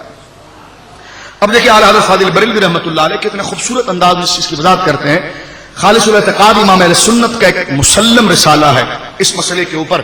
اس بحث کو اختتام تک پہنچانے کے لیے میں اس نظریے کی بھی وضاحت آپ کے سامنے کرنا چاہتا ہوں، کیونکہ یہاں پر ہمارے وہ لوگ بھی موجود ہیں جو کالج یونیورسٹی کے طلباء ہیں اور یا درس نظامی کے طلباء ہیں. تو میں چاہتا ہوں کہ اس چیز کو ایک مرکب اور مجموعہ بنا کر آگے بڑھا دیا جائے تاکہ آپ کے لیے جس طرح کے ظاہر سی بات ہے ہم نے اپنے استادوں سے پڑھا، اللہ رب العالمین انہیں اجر عظیم عطا فرمائے، اور جن بزرگوں کی کتابوں سے استفادہ کیا اس میں ٹائم تو لگتا ہے. تو جو جمع کر کے لائے ہیں صرف اللہ کی رضا کے لیے ایک ہی نشست میں آپ کو دینا چاہتے ہیں تاکہ وہ سالہ سال کے مطالعوں سے آپ بری ہو جائیں. اب آگے کی تحقیق شروع کر دیں. یہ ہماری غرض ہے اور کوئی اور غرض نہیں ہے. اب سنیے امام اہل سنت کیا فرماتے ہیں. علم رسول اور علم الہی، اللہ کا علم اور بندے کا علم، رسول اللہ کا علم. اس میں بنیادی فرق میں نے عرض کیا آپ کے سامنے کہ اللہ کے علم ازلی ہے، خود سے ہے، ابدی ہے، خود سے ہے، غیر متناہی ہے، اس کی کوئی انتہا نہیں ہے، ذاتی ہے، خود سے ہے بغیر کسی کے عطا کے، اور مستقل ہے، اس پر فنا نہیں ہے، اس پر اختتام نہیں ہے، وہ خود سے ہے بغیر کسی کے بتائے سے ہے، اس کی کوئی حد نہیں ہے، وہ محیط ہے، اس نے گھیرا ہوا ہے. محیط ہے وہ موجودات پر بھی اور معلومات پر بھی. وہ چیزیں جو ہے تو ہے لیکن پیدا کبھی نہیں ہوں گی اس کو بھی خدا جانتا ہے، اور جو پیدا ہوں گی اس کو بھی خدا جانتا ہے. اور اللہ نے خود فرمایا، آپ آیت الکرسی پڑھتے ہیں نا، اس میں خود علم دینے کا بڑا واضح ثبوت ہے. فرمایا وَلَا يُحِيطُونَ بِشَيْءٍ مِّنْ عِلْمِهِ إِلَّا بِمَا شَاءَ. کوئی اس کے علم کا احاطہ نہیں کر سکتا، کوئی شے اس کا علم کا احاطہ نہیں کر سکتی إِلَّا بِمَا شَاءَ، مگر وہ جس کو اجازت دے دے. تو عطا کی دلیل کو خود آپ آیت الکرسی کے اندر پڑھتے ہیں واضح طور پر کہ اس کے علم کا کوئی احاطہ نہیں کر سکتا لیکن وہ جس کو عطا فرما دے. جیسا خدا کا علم ہے تو یقیناً اس کے علم کا کوئی احاطہ نہیں کر سکتا. اللہ کے علم کا کوئی احاطہ نہیں کر سکتا لیکن وہ جتنا چاہتا ہے مخلوق کے منصب کے اعتبار سے انہیں عطا فرما دیتا ہے. اور جو عطا کر دیتا ہے، جو عطا کر دیا گیا وہ ذاتی نہیں رہا کیونکہ وہ تو عطا ہے. جو عطا کر دیا گیا وہ غیر متناہی نہیں رہا، وہ متناہی رہا، تھوڑا رہا اس علم کے مقابلے میں. جو عطا کر دیا گیا وہ مستقل نہیں رہا، خود سے نہیں رہا، وہ حادث رہا. یعنی عطا کر دیا گیا ہے تو عطا کا عقیدہ ہی بیان کر کے شرک کی کڑی کھل جاتی ہے. یہ کہنا کہ نبی مکرم جو جانتے ہیں اللہ کی عطا سے جانتی ہے شرک کو ختم کر دیتا ہے. لیکن اس کے باوجود اگر کوئی کہے کہ ہمیں اس میں شرک نظر آتا ہے تو اس میں کیا کیا جا سکتا ہے؟ ایک بات، جمی ما کان و ما یکون، جو ہو چکا جو ہوگا، کہتے ہیں یہ عقیدہ شرک ہے. ہم نے کہا شرک جب ہوتا کہ شرک اس کو کہتے ہیں کہ خدا کا حق بندوں کو دینا. جمی ما کان و ما یکون یہ ایک حد ہے، ایک حدود ہے، ایک درجہ بندی ہے، اور اللہ کے علم کی کوئی درجہ بندی نہیں ہو سکتی. تو یہ خدا کا خاصہ ہی نہیں ہے. اس کو بندوں کے لیے ماننا توحید ہے، خدا کے لیے ماننا کفر ہے. کیونکہ ایک حد بندی والا علم آپ خدا کے لیے مانیں گے تو یہ کفر نہیں ہے، اور حد بندی کے علم سے مخلوق کو عاری مانیں گے تو یہ غلط بات نہیں ہے. تو لہذا جمی ما کان و ما یکون، دو بارڈر، دو سرحد، دو حدود، دو حدوں کے درمیان کا علم ہے جو ہم کہتے ہیں. تو جمی ما، اور وہ علم جو دو حدوں کے درمیان ہے کہ جو ہو چکا جو ہوگا، یہ حضور کو دیا گیا، اور وہ بھی خود سے نہیں بلکہ اللہ نے اپنے فضل سے وحی کے ذریعے محبوب کے قلب پر اتارا ہے. اور وہ بھی دفعتاً نہیں اترا. پھر بھی سن لیجیے، اعلیٰ حضرت کا نظریہ عرض کر رہا ہوں، وہ بھی دفعتاً ایک جھٹکے میں سب کا علم نہیں ملا بلکہ قرآن کئی سال میں اترا اس لیے ہے تاکہ تھوڑا تھوڑا کر کے مصطفیٰ کو علم دیا جائے. تو یہ بالتدریج جو قرآن کی آیتیں اتری ہیں یہ حضور کے علم میں ترقی دینے کے لیے، یعنی محکمات لوگوں کو بتا دیں اور حضور کے علم میں ترقی دینے کے لیے. یہ اترا ہے. اور جس وقت 23 سال کے اندر یہ قرآن مکمل ہو گیا تو حضور کے جمی ما کون ما یکون علم بھی مکمل ہو گیا. ہاں ایسا ضرور ہے کہ کوئی واقعہ ہوا اور وہ چیز ابھی مشاہدے اور علم میں نہیں ہے, لیکن اللہ رب العالمین نے وہی نازل فرما دی, اس کے ذریعے حضور کا علم ہوا. تو اب یہ کہا جانا کہ حضور اللہ کے بندوں میں سب سے زیادہ عالم اور جاننے والے ہیں, اور جو ہو چکا, جو ہو رہا ہے اور جو ہوگا اس کو حضور جانتے ہیں وحی کے ذریعے, تو پھر وہ واقعات یہاں پر نہیں پیش کیے جائیں گے جو حضور کے دور میں پیش آیا اور اس وقت حضور کو علم نہیں دیا گیا تھا اور پھر وحی کے ذریعے علم دیا گیا. وہ واقعات اس لیے اعتراض کا باعث نہیں بنیں گے کہ مسلمان حضور کے لیے اس علم کی وسعت کو قرآن کی تکمیل کے بعد مانتے ہیں. اگر وہ اعتراض واقعہ قرآن کی تکمیل سے پہلے کا رہا وہ ہمارے نظریے کے خلاف نہیں ہے. ہاں اب کوئی ایسی حدیث لا کر پیش کریں, کوئی ایسا واقعہ لا کر پیش کریں کہ قرآن مکمل ہو گیا اور 13 دن 12 دن 7 دن تک حضور علیہ الصلوۃ والسلام بقیہ حیات ظاہری کے ساتھ موجود رہے, اس کے بعد آپ نے رفیق اعلیٰ کا سفر فرمایا, پھر حضور کے سامنے کوئی واقعہ ہوا ہو اور حضور کو اس کا علم نہ ہو, اور پھر ظاہر سی بات ہے کہ وہ اگر حدیث بھی ہو تو پھر وہ متواتر ہونی چاہیے جو قرآن کا مقابلہ کر سکے, قرآن کے سامنے آ سکے. اور ایسا کوئی واقعہ اگر نہیں ہے تو اس کو اس انداز میں سمجھنا کہ حضور کو جمی ما کون ما یکون کا علم ملا ہے, اللہ کی عطا سے ملا ہے, تھوڑا تھوڑا کر کے ملا ہے, درجہ درجہ کر کے ملا ہے, نظمن نظمن ملا ہے, تدریجن ملا ہے. 23 سال کے نزول قرآن اور وحی الہیہ کے ضمن میں ملا ہے. تو یہ عین توحید ہے, اس میں شرک کی تو بو بھی نہیں آتی کہ چے جائے کہ اس میں شرک پایا جائے. اتنی وضاحت کے بعد بھی اگر کوئی اس کو شرک کہے تو کیا کہا جا سکتا ہے؟ حضرات گرامی توجہ میری طرف رکھیے. نہیں جناب, آپ علم کلی مانتے ہیں اور وہ کلی جو مانتے ہیں علم کلی تو یہ شرک ہے. ہم نے کہا دیکھیں کلی اس کو کہتے ہیں جو مجموعہ ہوتا ہے اجزاء کا, جس کو جمی کہہ دیں کلی کہہ دیں بات تو ایک ہی ہے, جمع کہہ دیں کلی کہہ دیں بات ایک ہی ہے. تو وہی جمع وہی کلی جمی ما کون ما یکون ہے.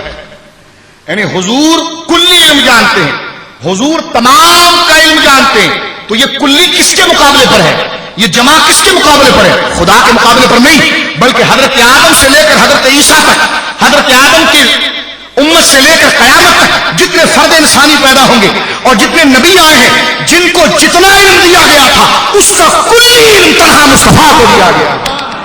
تو یہ کلی جو ہے, یہ جمی ما کون ما یکون جو ہے, یہ جمی کا لفظ جو ہے وہ ظالموں یہ خدا کے مقابلے پر نہیں ہے, یہ بندوں کے مقابلے پر ہے. کتنا مس گائیڈ کیا جاتا ہے. اب اگر کوئی مسلمان یہ کہتا ہے کہ حضور کو علم غیب کلی ہے تو وہ خدا کے مقابلے میں نے وضاحت کر دی ہے.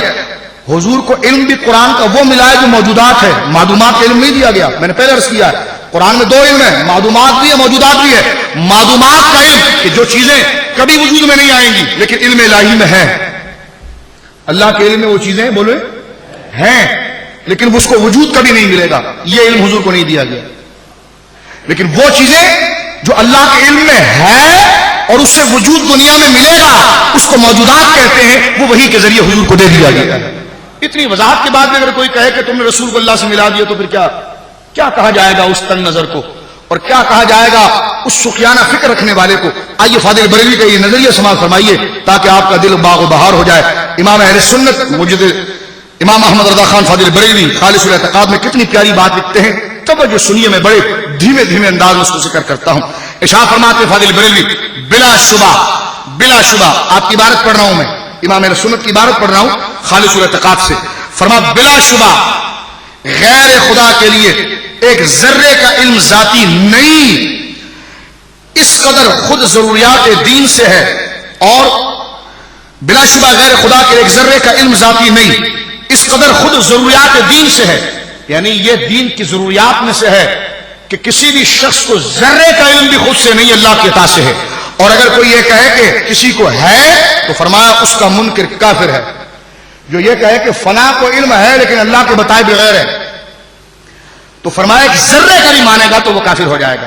اب دیکھیں نمبر 2, اس عقیدے کے بعد اگر کوئی فاضل بریلوی پہ کفر کا فتویٰ لگائے تو قبر بھی تو کوئی چیز ہے اور حشر بھی تو کوئی چیز ہے نا, خدا کو بھی تو جواب دینا ہے نا. اب ذرا اس بات کو آپ سنیے. فرما بلا تشبیہ غیر خدا کا علم, بلا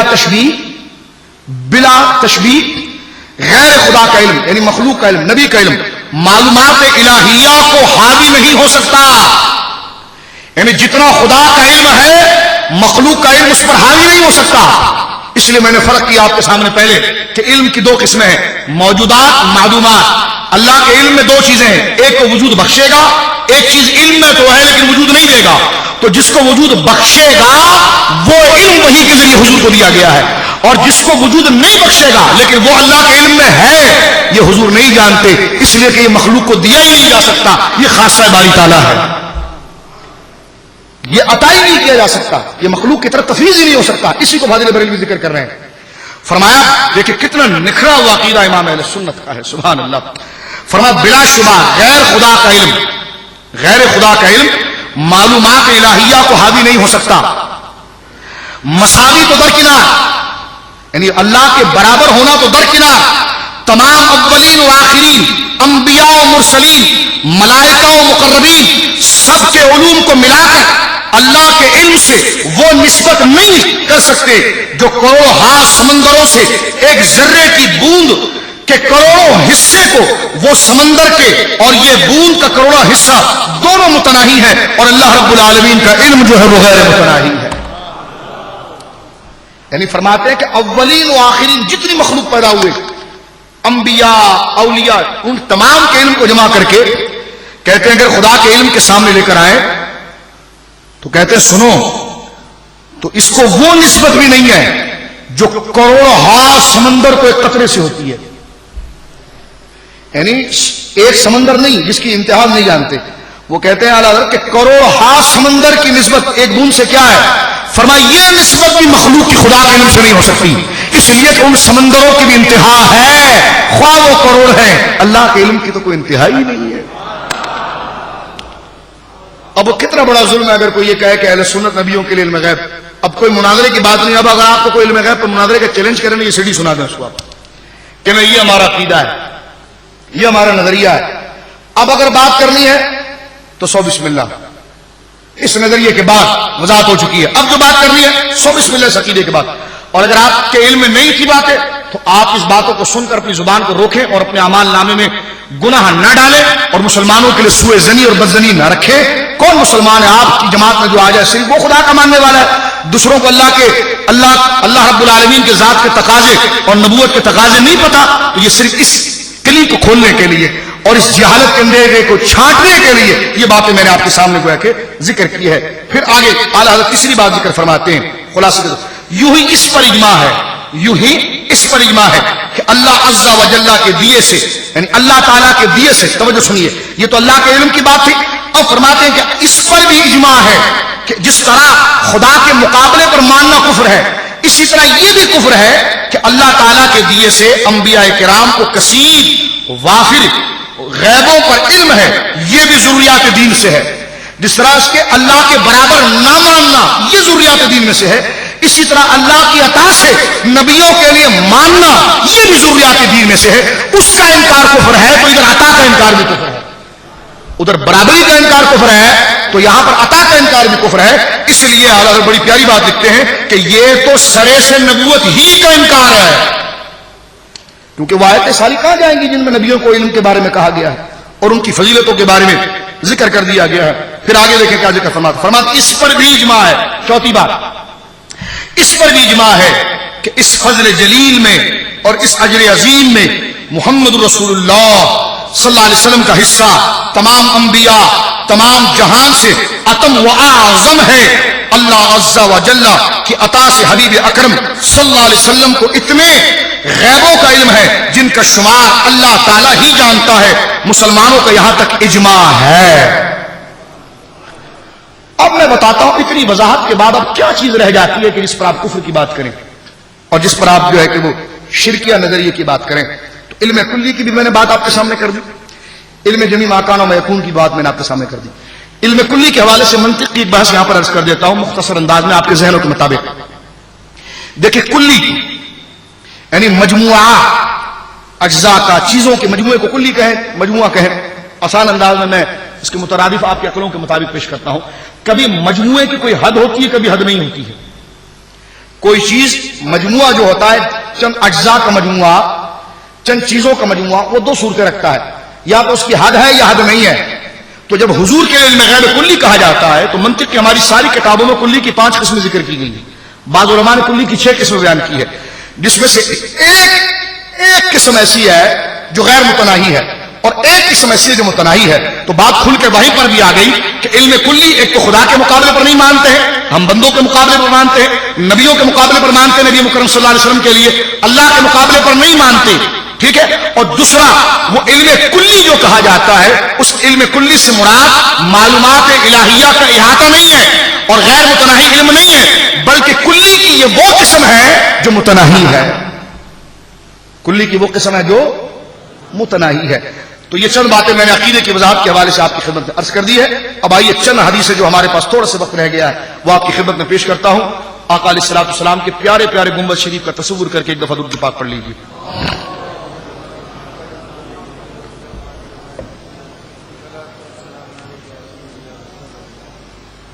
اب دیکھیں سید عالم کو علم کیسا دیا گیا ہے اور شان عظمت کیسی عطا فرمائی گئی ہے، اس کا ذکر حدیث میں موجود ہے. پہلی حدیث میں صحیح بخاری سے پڑھنا چاہتا ہوں، باب بدء الخلق سے، اور حدیث نمبر 30,020 ہے، 3020 ہے. عن عمر بن الخطاب رضی اللہ تعالی عنہ وارضاه ان يقول قام فينا النبي صلی اللہ علیہ وسلم مقاما فاخبرنا عن بدء الخلق. حضرت عمر بن الخطاب کہتے ہیں فاروق اعظم کے ارشاد فرماتے کہ ایک دفعہ حضور علیہ الصلوۃ والسلام ہمارے درمیان کھڑے ہوئے اور آپ نے خبر دینا شروع کی. توجہ چاہتا ہوں، خبر دینا شروع کی. ان بدء الخلق، یہ جمی ما کان و ما یکون، آپ کہتے ہیں جمی ما کان و ما یکون، اس کا کوئی نقشہ تو دے دیں. آپ یہ کہتے ہیں کہ ہم نبی کے لیے، توجہ ہے میری طرف، تھک تو نہیں گئے؟ میں نے سارے پنکھے آپ کی طرف لگائے اس لیے تھے کہ آپ پنکھوں میں بیٹھے رہیں، میں آپ کے سامنے وضاحت کرتا رہوں، صرف آپ سننے والے بنے. توجہ ہے میری طرف آپ کی؟ اب ذرا توجہ سماعت فرمائیے کہ یہ جو میں بار بار ریپیٹ کر رہا تھا اعلی حضرت کے حوالے سے، بزرگوں کے حوالے سے، کہ جمی ما کان ما یکون، جو ما کان ماضی ہے وما یکون مستقبل ہے، یعنی جو ہو گیا اور جو ہوگا، اس کا علم حضور کو دیا گیا ہے. تو آپ کے ذہنوں میں جانے کے بعد تھوڑا سوچیں گے تو سوال آئے گا کہ جو ہو گیا اور جو ہوگا، تو جو ہو گیا تو کہاں تک ہو گیا اور جو ہوگا تو کہاں تک ہوگا؟ آپ نے تو بار بار یہ کہا اس کی دو حدیں ہیں، تو حدیں جمی ما کان ما یکون کی ہے کہاں سے؟ تو میں کہنا چاہتا ہوں کہ الحمدللہ وہ حدیں ہم نے اپنے گھر سے نہیں بنائی، بلکہ حضور نے وہ حدیں اپنے کلام میں خود ذکر فرمائی ہیں. سن رہے آپ؟ اب دیکھیں سیدنا فاروق اعظم کیا کہتے ہیں. حضرت فاروق اعظم کہتے ہیں وہ حدیں سنیں آپ، جمی ما کان ما یکون، جو ہو گیا اور جو ہوگا، جو بولے جو ہو گیا اور جو ہوگا، ان دونوں کی حدیں جو ہیں وہ کہاں پر رکھیں گی؟ جو ما کانا کہاں پر جا کر رکھے گا، وما یکون کہاں پر جا کر رکھے گا، جو ہو گیا کہاں سے ہو گیا، کس جگہ سے وہ شروع ہوا اور کس جگہ وہ ختم ہوگا. تو حدیث پاک حضرت عمر کہتے ہیں، بخاری شریف کی حدیث بدء الخلق کی، کہتے ہیں حضور ہمارے درمیان آپ نے قیام فرمایا، فاخبرنا، اور حضور نے ہمیں خبریں دینا شروع کی. کہاں سے؟ ان بدء الخلق، جب سے دنیا بنی ہے. آ گیا، پہلی سرحد آ گئی، مل کر کہنا ان بدء الخلق، جب سے دنیا بنی ہے. یہ میرے الفاظ نہیں ہے، یہ اعلیٰ حضرت کے الفاظ نہیں، حدیث رسول ہے، یہ صحیح بخاری کی حدیث ہے. اس کا انکار اگر کوئی کرے تو پھر علم سامنے لائے، تعصب سامنے نہ لائے. لیکن رسول اللہ کی شان جب ذکر کر دی گئی ہے تو آگے آپ شان دیکھیے، فرمایا ان بدء الخلق، ما کان کا نقشہ بتایا جا رہا ہے، جب سے دنیا بنی ہے. کہاں تک کا علم دیا؟ وما یکون، کہاں تک؟ فرمایا حتی دخل اہل الجنت منازلہم واہل النار منازلہم، جو سب سے آخر میں جنت میں جانے والا ہے اس کی بھی خبر دے دی، جو سب سے آخر میں جہنم میں جانے والا ہے اس کی بھی خبر دے دی. یہ ہے جمی ما کان و ما یکون کی دو سرحدیں، کہ جب سے دنیا بنی ہے اور جب سے سب سے آخر میں جو جنت میں جائے گا، دوزخ میں جائے گا، اس کے درمیان کا جو علم ہے یہ جمی ما کان و ما یکون ہے. یہ علم کلی ہے، یہ علم متناہی ہے، جو دو سرحدوں کے درمیان ہے، دو احاطوں کے درمیان ہے. یہ خدا کا خاصہ نہیں ہے، اس لیے کہ خدا کا علم تو لامتناہی، ہاں یہ اللہ نے اپنے فضل سے وحی کے ذریعے اپنے مصطفیٰ کو عطا فرمایا. اب آگے حضرت عمر کا جملہ سنیے. یہ کوئی ایسی عام بات ہوتی نا تو حضرت عمر یوں نہ کہتے، فرماتے سنو بھائی، حفظ ذلك من حفظه ونسيه من نسيه. بس یہ تو اپنے ظرف کی بات تھی، آقا نے تو علم کے سمندر بہا دیے. جس نے یاد رکھنا تھا یاد رکھ دیا، جس نے بھولنا تھا بھول گیا. جس نے بھولنا تھا، ان میں ایک صحابی حضرت حذیفہ بن یمان، بولے رضی اللہ تعالی عنہ، مل کر کہ رضی اللہ تعالی عنہ. حضرت حذیفہ بن یمان ہے رضی اللہ تعالی عنہ وارضاہ عنہ. یہ وہ ہے جو اس حدیث پر پورے اترتے ہیں، جن کے بارے میں حضرت عمر نے فرمایا حفظ ذلك من حفظه، جس نے حضور کی ایک ایک بات کو یاد رکھ لیا. یہاں تک کہ حضرت عمر جب کسی کا نماز جنازہ پڑھاتے تو حذیفہ بن یمان کو بلاتے اور بلا کر پوچھتے مجھے بتا اس آدمی کے بارے میں حضور نے کہا تھا یہ مومن ہے کہ منافق ہے؟ تو منافقین کے بارے میں سارا علم حضور نے جو بیان کیا وہ ایک ایک حرف جو تھا، ایک ایک اس کی کیفیت جو تھی وہ حضرت حذیفہ بن یمان نے یاد کر لی تھی. تو یہ عطائے مصطفیٰ ہے کہ جمی ما ہوا ما کان و یکون کی نہریں جو مصطفیٰ سے جاری ہوئی ہیں اس کو صحابہ نے اپنے اپنے دل کے کاسے کو کشادہ کر کے جمع کرنا شروع کر دیا ہے. وہاں میرے آقا مولا علی کہتے ہیں سورہ فاتحہ کی تفسیر لکھوں تو پھر وہ 70 اونٹ اس کے وزن کو نہ اٹھا سکے. وہاں سرکار کے دوسرے غلام حضرت عبداللہ ابن عباس کہتے ہیں کہ میری اونٹ کی رسی بھی کھو جائے تو قرآن مجھے بتا دیتا ہے. یا حذیفہ بن یمان کہتے ہیں ایک ایک کے بارے میں مجھے یہ باتیں یاد ہے. یہاں تک کہ حضرت عمر جب کسی کا جنازہ پڑھاتے تو پہلے پوچھتے تھے حذیفہ بن یمان سے کہ بتا میں اس کا جنازہ پڑھاؤں کہ نہیں پڑھاؤں. تو اب اندازہ لگائیے اس لیے حضرت عمر نے کہا کہ جب سے دنیا بنی تھی وہاں سے لے کر جو جنت میں جانے والا تھا وہاں تک کی خبر عطا فرما دی. آپ نے سبحان اللہ تو کہہ دیا لیکن یہاں پر آپ غور نہیں کریں. آپ غور نہیں کیا آپ نے کہ جب سے دنیا بنی تھی کوئی 1 گھنٹہ پہلے تو نہیں بنی تھی، 1 سال پہلے تو نہیں بنی تھی، 10 سال پہلے تو نہیں بنی تھی، 100 سال پہلے تو نہیں بنی تھی، 1000 سال پہلے تو نہیں بنی تھی. یہ تو سائنس کے تخمین اور اندازے ہیں، یہ تو علم ظنی ہے. ہم ان کو رد نہیں کرتے، مخالفت نہیں کرتے، لیکن اس پر کلی یقین بھی نہیں کرتے کیونکہ سائنس کا علم تو ظنی علم ہے. جو نتیجہ اگر مؤثر ہوتا ہے تو ٹھیک ہے، لیکن ضروریات دین اور دین کے اندر اس کے مشورے تو لیے جاتے ہیں لیکن اس کی انتہائی قول تو نہیں لیا جا سکتا، اس کے قول کو حکم نہیں کرا دیا جا سکتا. اس لیے کہ سائنس تو وہ علوم ہے جس میں تحقیق کا درجہ جاری رہتا ہے اور عقیدہ تو وہ ہے جو تحقیق مکمل ہو گئی اور عقیدہ دے دیا گیا ہے. اب اگر عقیدے میں تحقیق ہوتی رہے گی تو بندہ کب جا کے مسلمان ہوگا؟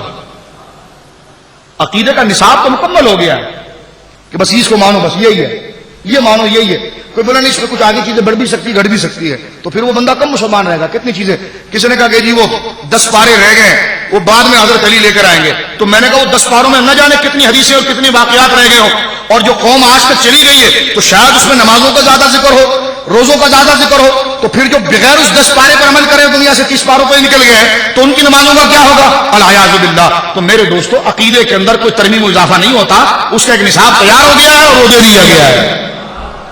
سمجھ رہے آپ؟ وہ تیار ہو گیا اور مل کر کہیں وہ. اب آپ دیکھیں میں جو عرض کر رہا ہوں کہ ان بدل خلق جب سے دنیا بنی ہے یہ حضور نے خبر دینا شروع کی. توجہ ہے میری طرف؟ مزہ نہیں آ رہا؟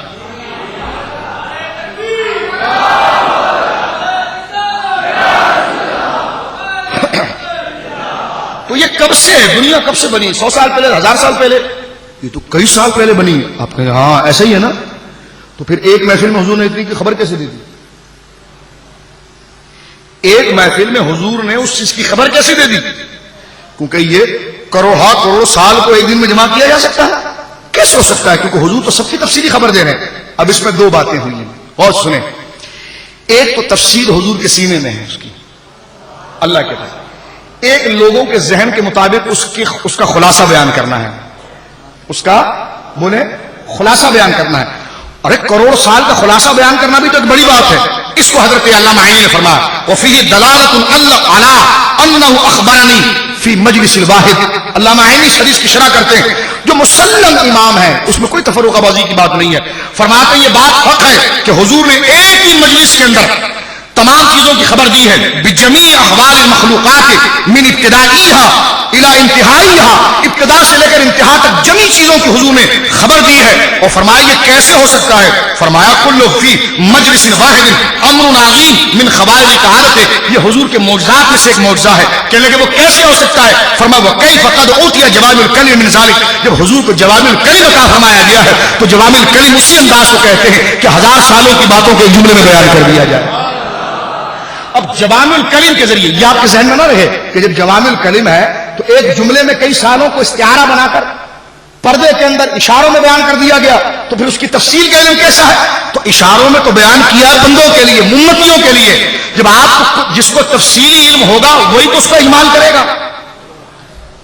جس کو بھائی اجمال تو تفصیل کے بعد ہوتا ہے نا. اجمال جو ہے وہ تفصیل کے بیان میں، اجمال جو ہے وہ تفصیل کے بعد ہوتا ہے. جس کو پہلے تفصیل آتی ہو وہی تو اس کو مختصر کرے گا. تو جوامع الکلم میں اس کا اجمال کیا گیا ہے لیکن اس سے پہلے حضور خود اس کی تفصیل کو جانتے ہیں جب تو اس کو مختصر کر کے بیان کر رہے ہیں. تو فرمایا ابتدائے خلق سے لے کر انتہا تک حضور نے اس کی بولے خبریں اب آئیے میں تھوڑا سا وقت رہ گیا اس میں آپ کے سامنے یہاں پر جمی ما کان و ما یکون کی حد واضح ہو گئی. یہ کہتے نہیں یہ لفظ حدیث سے بتاؤ. میں نے کہا آپ ماننے والے بن جاؤ, اللہ کی عزت کی قسم دوسری حدیث میں وہ لفظ بتا رہا ہوں میں آپ کو. صحیح مسلم شریف کتاب الفتن میں روایت موجود ہے. لفظ دیکھیں میرے زبان سے نکلے جمی ما کان و ما یکون, یہ فاضل بری نے ذکر کیے تھے. حدیث پاک سنیے. قال صلی بنا رسول اللہ, صحابی کہتے ہیں حضور نے ہماری امامت فرمائی. الفجر, فجر کی امامت فرمائی. وہ سعید المنبر, حضور منبر پر جلوہ گر ہو گئے. فخطبنا, حضور نے خطبہ دے دیا. حتی حضرت الظہر, یہاں تک کہ ظہر کا وقت آ. حتی حضرت الظہر, یہاں تک کہ ظہر کا وقت آ گیا. فنزل, پھر حضور نیچے اترے. فصلی, پھر حضور نے نماز پڑھائی. ثم سعید المنبر, پھر حضور منبر پر جلوہ گر ہو گئے. فخطبنا, پھر حضور نے خبر دینا شروع کی. حتی حضرت العصر, یہاں تک کہ عصر کا وقت آ گیا. پھر فرمایا ثم نزل, پھر منبر سے نیچے اترے. فصلی, پھر نماز پڑھائی. ثم سعید المنبر, پھر منبر پر سرکار جلوہ گر ہوئے. محمد سے کہیں سبحان اللہ. یہ پورا ٹائم دیکھیے. فخطبنا, پھر حضور نے خطبہ دیا. ایک خطبہ پہلے سن چکے ہیں آپ حضرت عمر کی زبان سے, یہ دوسرا خطبہ ہے. فرما حتی غربت الشمس, یہاں تک کہ سورج غروب ہو گیا. تو کسی نے پوچھا یہ کیا خبر دی حضور نے؟ تو صحابی کہتے ہیں فاخبرنا بما کان و بما کائن. ما کان و ما یکون آ گیا دیکھیں. بما کان و بما کائن, جو کچھ ہو چکا تھا وہ بھی بتا دیا, جو ہوگا وہ بھی بتا دیا. فعالمنا واحفظنا, اب جو ہم نے زیادہ علم والا تھا اس نے یاد رکھ لیا, جو اچھا حافظ والا تھا اس نے حفظ کر لیا. تو آپ دیکھیں یہ حضور کے علم کا سمندر ہے جو موجزن ہے اس وقت کہ جو حضور علیہ الصلوۃ والسلام بیان فرما رہے ہیں. اور حدیث کے الفاظ ہیں بما کان و بما ہوا کائن جمی ما کان و ما یکون. یہ کہتے ہیں آپ نے اپنی طرف سے اصطلاح رکھ لی ہے. تو یہ تو اگر بندہ طالب علم ہو اور ڈھنگ سے اس نے کتابیں پڑھی ہوں اور علم حاصل کیا ہو تو یہ اصول کا نظریہ ہے کہ بندہ کسی نظریے کو بیان کرنے کے لیے اصطلاح اپنی طرف سے بنا سکتا ہے, جس کو بیان کیا گیا ولا مشاحۃ فی الاصطلاح. اپنی طرف سے کسی علم کی ٹرمز, اپنی بات کی وضاحت کے لیے ٹرمز اصطلاح ایجاد کرنا منع نہیں ہے. لیکن پھر بھی اگر فاضل بریلوی نے اسے ما کان و ما یکون کہا ہے تو یہ اصطلاح حدیث میں ذکر ہوئی ہے. جو صحابی کہتے ہیں کہ جو حضور نے ہر نماز کے بعد منبر پر جلوہ گر ہو کر مغرب تک جو خطبہ دیا ہے اس میں کن چیزوں کا بیان تھا؟ فرما بما کان و بما کائن, جو کچھ ہو چکا تھا اور جو ہونے والا تھا سب بتا دیا. جو کچھ ہونا تھا, جو کچھ ہونے والا تھا, سب کچھ. اب دلوں کو تھام کر بیٹھے کو اور حدیث پاک اس حوالے سے عرض کر رہا ہوں. درود پاک پڑھیے.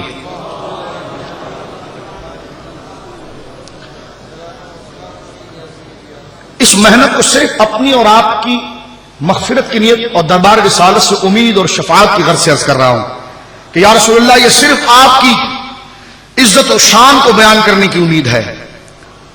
اور جو اللہ نے آپ کو جلوہ اور اللہ رب العالمین نے جو آپ کو مقام عطا فرمایا یہ اس کے حوالے سے ہے کہ آنکھ والے تیری جوبن کا تماشا دیکھے, آنکھ والے تیری جوبن کا تماشا دیکھے, دیدائے کور کو کیا نظر آئے کیا دیکھے. تو صرف آقا علیہ الصلوۃ والسلام کو ورفعنا لک ذکرک کا سایہ ہے تجھ پر. تو صرف حضور علیہ الصلوۃ والسلام کی شان و عظمت کو بیان کرنا اور یا رسول اللہ آپ سے آپ کی شفاعت عظما کی خیرات لینے کی غرض ہے. حدیث پاک سنیے, مسلم شریف کتاب الصلاۃ. میں نے جمی ما کان و ما یکون کا لفظ آپ کے سامنے بیان کیا. بولیں نہیں کیا تو دوبارہ حدیث پڑھتا ہوں, مل کر کہیں. آپ توجہ گرمی سے ہٹا کر مصطفیٰ کی طرف چلے نا. میں کب سے کہہ رہا ہوں, مجھے نہیں پتا کہ اس وقت میرے لباس سے پسینہ کتنا گر رہا ہے. یہ تو درمیان میں انقطاع ہوتا ہے تو مجھے گرمی محسوس ہو جاتی ہے, لیکن پھر ہم سفر مدینہ میں نکل جاتے ہیں تو جنت کی ٹھنڈی ہوائیں آ رہی ہوتی ہیں. تو اپنی توجہ یہاں نہ رکھنا. یہ ملائیت کے جذبے سے نہیں عرض کر رہا, ایک مومن اور مخلصانہ جذبہ جو ہوتا ہے اور جو علماء ربانیین کا جذبہ ہوتا ہے. ملائیت میں تو سراسر گفتاری ہوتی ہے. جو علماء ربانیین ہوتے ہیں, جو علم باطن اور علم ظاہر پر یقین کرنے والے ہوتے ہیں, وہ یقین سے بات کرتے ہیں. میں انہی کا قول آپ تک پہنچا رہا ہوں.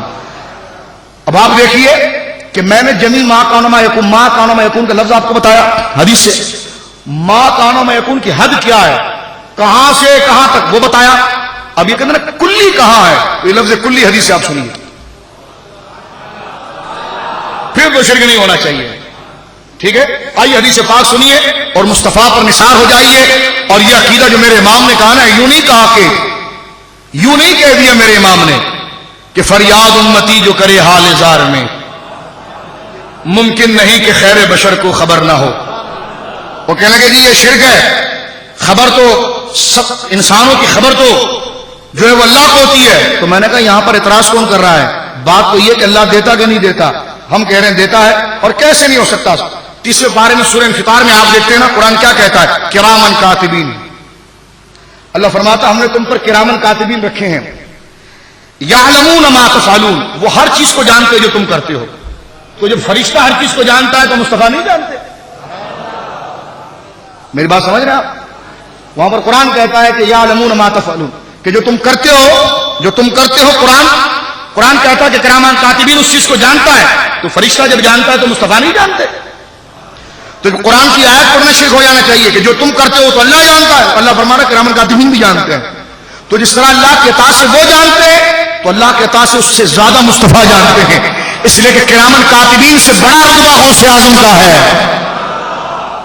اس لیے کہ کرامن کاتبین کو رسالت نہیں دی گئی ہے. اور یہ نظریہ میں بارہا آپ کے سامنے واضح کر چکا ہوں علامہ تفتزانی علیہ رحمت کے حوالے سے کہ یہ بات غور سے سن لیجئے کہ جو فرشتوں میں رسول آئے ہیں ان سے افضل انسان رسول ہے. لیکن جو عام فرشتے ہیں ان سے افضل حضور کی امت کے صحابہ اولیاء ہیں. تو کرامن کاتبین رسول فرشتے نہیں ہیں. رسول فرشتے وہ تو 4 ذکر کیے گئے ہیں نا. کتنے ذکر کیے گئے ہیں؟ اگر کسی شخص کے قول سے اگر یہ بات ظاہر بھی ہو جائے تو ان پر رسالت کا قول کیا گیا ہے، لیکن مجموعی طور پر اس تفصیل کے ساتھ ہر شخص کے ساتھ ہر جگہ پر نہیں ذکر کیا گیا جس اعتبار سے حضرت اسرائیل، حضرت اسرافیل، حضرت میکائیل اور حضرت جبرائیل کو ذکر کیا جاتا ہے. تو لہذا جو غیر رسول فرشتے ہیں ان سے افضل امت مصطفیٰ کے اولیاء ہے. اب آئیے حدیث پاک سنیے کہ مصطفیٰ کریم کو علم کلی کیسا دیا گیا ہے اور حضور ہمارے بارے میں کیا کیا جانتے ہیں. اس میں مسئلہ حاضر ناظر بھی حل ہو جاتا ہے. مجھے میرے دوست کہہ رہے تھے کہ مسئلہ حاضر ناظر پر بھی کوئی تقریر کر دیں. میں نے کہا کہ حاضر ناظر اور علم غیب کے عقیدے میں کوئی فرق نہیں ہے، کیونکہ حاضر کا معنی ہی عالم کے ہیں. حضور ہمیں جانتے ہیں، یہ عقیدہ حاضر ناظر ہے. حضور کی قبر منور میں ہمارے اعمال پیش کیے جاتے ہیں. حضور ہمیں جانتے ہیں، ہماری اچھائی اور برائی کو جانتے ہیں. نیکیوں پر خدا کی تعریف کرتے ہیں، برائی پر ہمارے لیے استغفار کرتے ہیں. اسی جاننے کا نام حاضر و ناظر ہے. مل کر کے اسی جاننے کا نام، ذرا جلدی کہنا وقت ختم ہو رہا ہے ہمارے پاس. تو لہذا اس میں یہ بات گویا کہ اچھی طرح سے مکمل ہو رہی ہے. آئیے حدیث پاک سنیے کہ نبی پاک ہمارے بارے میں کیا کیا جانتے ہیں. درود پاک اللہم صلی علی. میری ماں حضرت عائشہ صدیقہ رضی اللہ تعالیٰ عنہ کہتی ہیں کہ سید عالم صلی اللہ علیہ وسلم نے سورج گہن کی نماز پڑھائی، صلاۃ الکسوف، چھوٹے کاف. سورج گہن کی میرے آقا نے کیا کی؟ نماز پڑھائی. حضور علیہ الصلوۃ والسلام مسجد میں گئے، کھڑے ہو کر تکبیر کہی اور لوگوں نے آپ کے پیچھے صف باندھ لی. سید عالم نے طویل قرات کے بعد رکوع کیا اور کافی لمبا رکوع کیا. پھر رکوع سے سر مقدس کو اٹھایا اور فرمایا سمی اللہ لمن حمدہ. پھر کھڑے ہو کر طویل قرات کی اور وہ پہلی قرات سے کم تھی، المختصر. 4 رکوع اور 4 سجدے. حضور علیہ الصلوۃ والسلام نے فرمائے آپ کے فارغ ہونے سے قبل سورج روشن ہو گیا.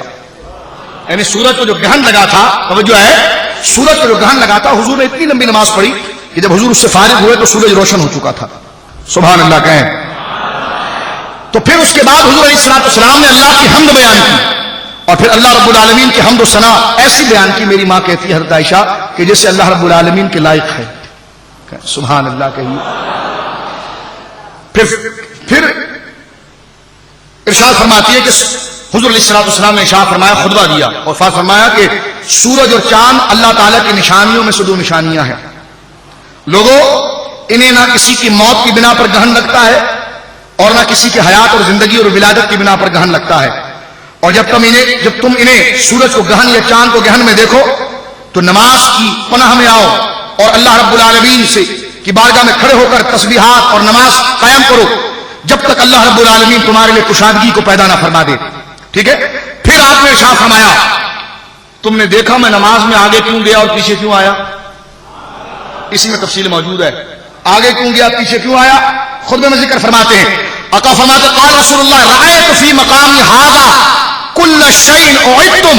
فرما اللہ کی عزت کی قسم اس جگہ پر کھڑے کھڑے خدا نے مجھے وہ ساری چیزیں دکھا دی جس کا تم سے وعدہ کیا گیا ہے، جس کا تم سے وعدہ. اور حضور نے لفظ کیا استعمال فرمایا؟ ھذا کل شیء، ھذا کل شیء. اب یہ شین نکرا ہے، اس کی طرف کل کی اضافت ہوئی ہے، یہ خود عموم کا اور استغراق کا فائدہ دے رہا ہے. فرما ھذا کل شیء اعدتم، ہر وہ چیز کلو کہتے ہیں نا کہ نبی کے لیے کل کا لفظ کہنا شرک ہے، تو یہ حدیث میں خاص لفظ حضور نے اپنے لیے کل فرمایا کل شیء اعدتم، ہر وہ چیز، ہر وہ کلی چیز جس کا قرآن نے تم سے وعدہ کیا ہے، یا کھڑے کھڑے خدا نے مجھے سب دکھا دیا۔ یہ حدیث اسی سند کے ساتھ حضرت جابر سے تھوڑی آگے آ رہی ہے، اس میں الفاظ دوسرے ہیں، اس میں الفاظ یہ ہیں کہ انہ عرض علی کل شیء تولجونہ، فرمایا انہ عرض علی کل شیء، انہ عرض علی کل شیء، یہاں پر دیکھیں پھر کلی کا لفظ ہے، کل شیء تولجونہ۔ پہلی حدیث میں لفظ کیا تھا کہ تم سے جو خدا نے وعدہ کیا ہے وہ تمام چیزیں مجھے یہاں کھڑے کھڑے دکھائی گئی ہیں۔ دوسری حدیث میں یہ حضور نے فرمایا کہ وہ تمام چیزیں مجھ پر پیش کر دی گئی تولجونہ، جس میں تمہیں داخل کیا جائے گا، جس میں تمہیں داخل کیا جائے گا۔ ہر وہ چیز ماں کے پیٹ میں داخل کیا جائے گا، دنیا میں داخل کیا جائے گا، قبر میں داخل کیا جائے گا، قبر سے اٹھا کر میدان محشر میں داخل کیا جائے گا، میدان محشر سے اٹھا کر انشاءاللہ سرکار کی شفاعت سے اللہ رب العالمین فضل فرمائے گا، جنت میں داخل کیا جائے گا۔ تو یہ ساری چیزیں اس کے اندر آئیں گی، بولے سبحان اللہ۔ کیونکہ حضور نے داخل کرنے کو مشروط نہیں کیا کسی صفت کے ساتھ، جنت یا دوزخ کے ساتھ، فرمایا کہ یہ لفظ کل بتا رہا ہے کہ داخل کرنے کے اندر عموم ہے، ہر اس چیز جس میں تمہیں داخل کیا جائے گا۔ ماں کے پیٹ میں داخل کیا گیا، باپ کی پشتوں میں داخل کیا گیا، باپ کی پشتوں سے ماں کے پیٹ میں داخل کیا گیا، ماں کے پیٹ سے پھر دنیا میں داخل کیا گیا، دنیا سے تمہیں بچپنے میں داخل کیا گیا، بچپنے سے جوانی میں داخل کیا گیا، جوانی سے بڑھاپے میں داخل کیا گیا، صحت سے مرض میں داخل کیا گیا، مرض سے صحت میں داخل کیا گیا، تمہیں قبر میں داخل کیا گیا، قبر سے پھر امتحانات اور سوالات میں داخل کیا گیا، اس میں اجر و انعام میں داخل کیا گیا، پھر قبر سے اٹھایا جائے گا، حساب و کتاب میں داخل کیا جائے گا، پل صراط پر داخل کیا جائے گا، حوض کوثر پر داخل کیا جائے گا، اللہ کے حضور شامل کیا جائے گا۔ یہ جتنے دخول کی چیزیں ہیں، نبی پاک فرماتے ہیں کہ کل شیء تولجونہ، ہر وہ چیز جس میں تمہارا داخلہ ہوگا، سب چیزیں مجھے یہاں پر دکھا دی گئی۔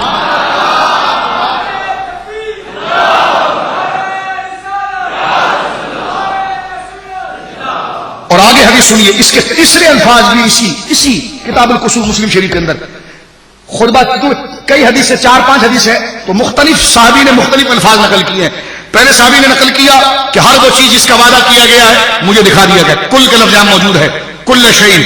پھر دوسری حدیث میں آیا کہ جناب ہر وہ چیز جس میں تمہیں داخل کیا جائے گا، تو فرمایا کل شیء تولجونہ، وہ بھی مجھے بتا دی گئی۔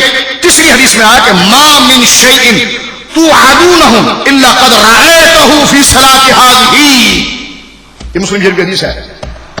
فرمایا ما من شیء، کوئی ایسی چیز نہیں ہے توعدونہ جس کا تمہیں وعدہ کیا گیا تھا، اس میں سے کوئی چیز نہیں چھوٹی جن کا خدا نے تم سے وعدہ کیا، الا قد رأیتہ، یہاں تک کہ میں نے اپنی آنکھوں سے اسے دیکھ لیا، قد رأیتہ، میں نے اپنی آنکھوں سے دیکھ لیا، فی صلاۃ ہذہ، اسی نماز کے اندر۔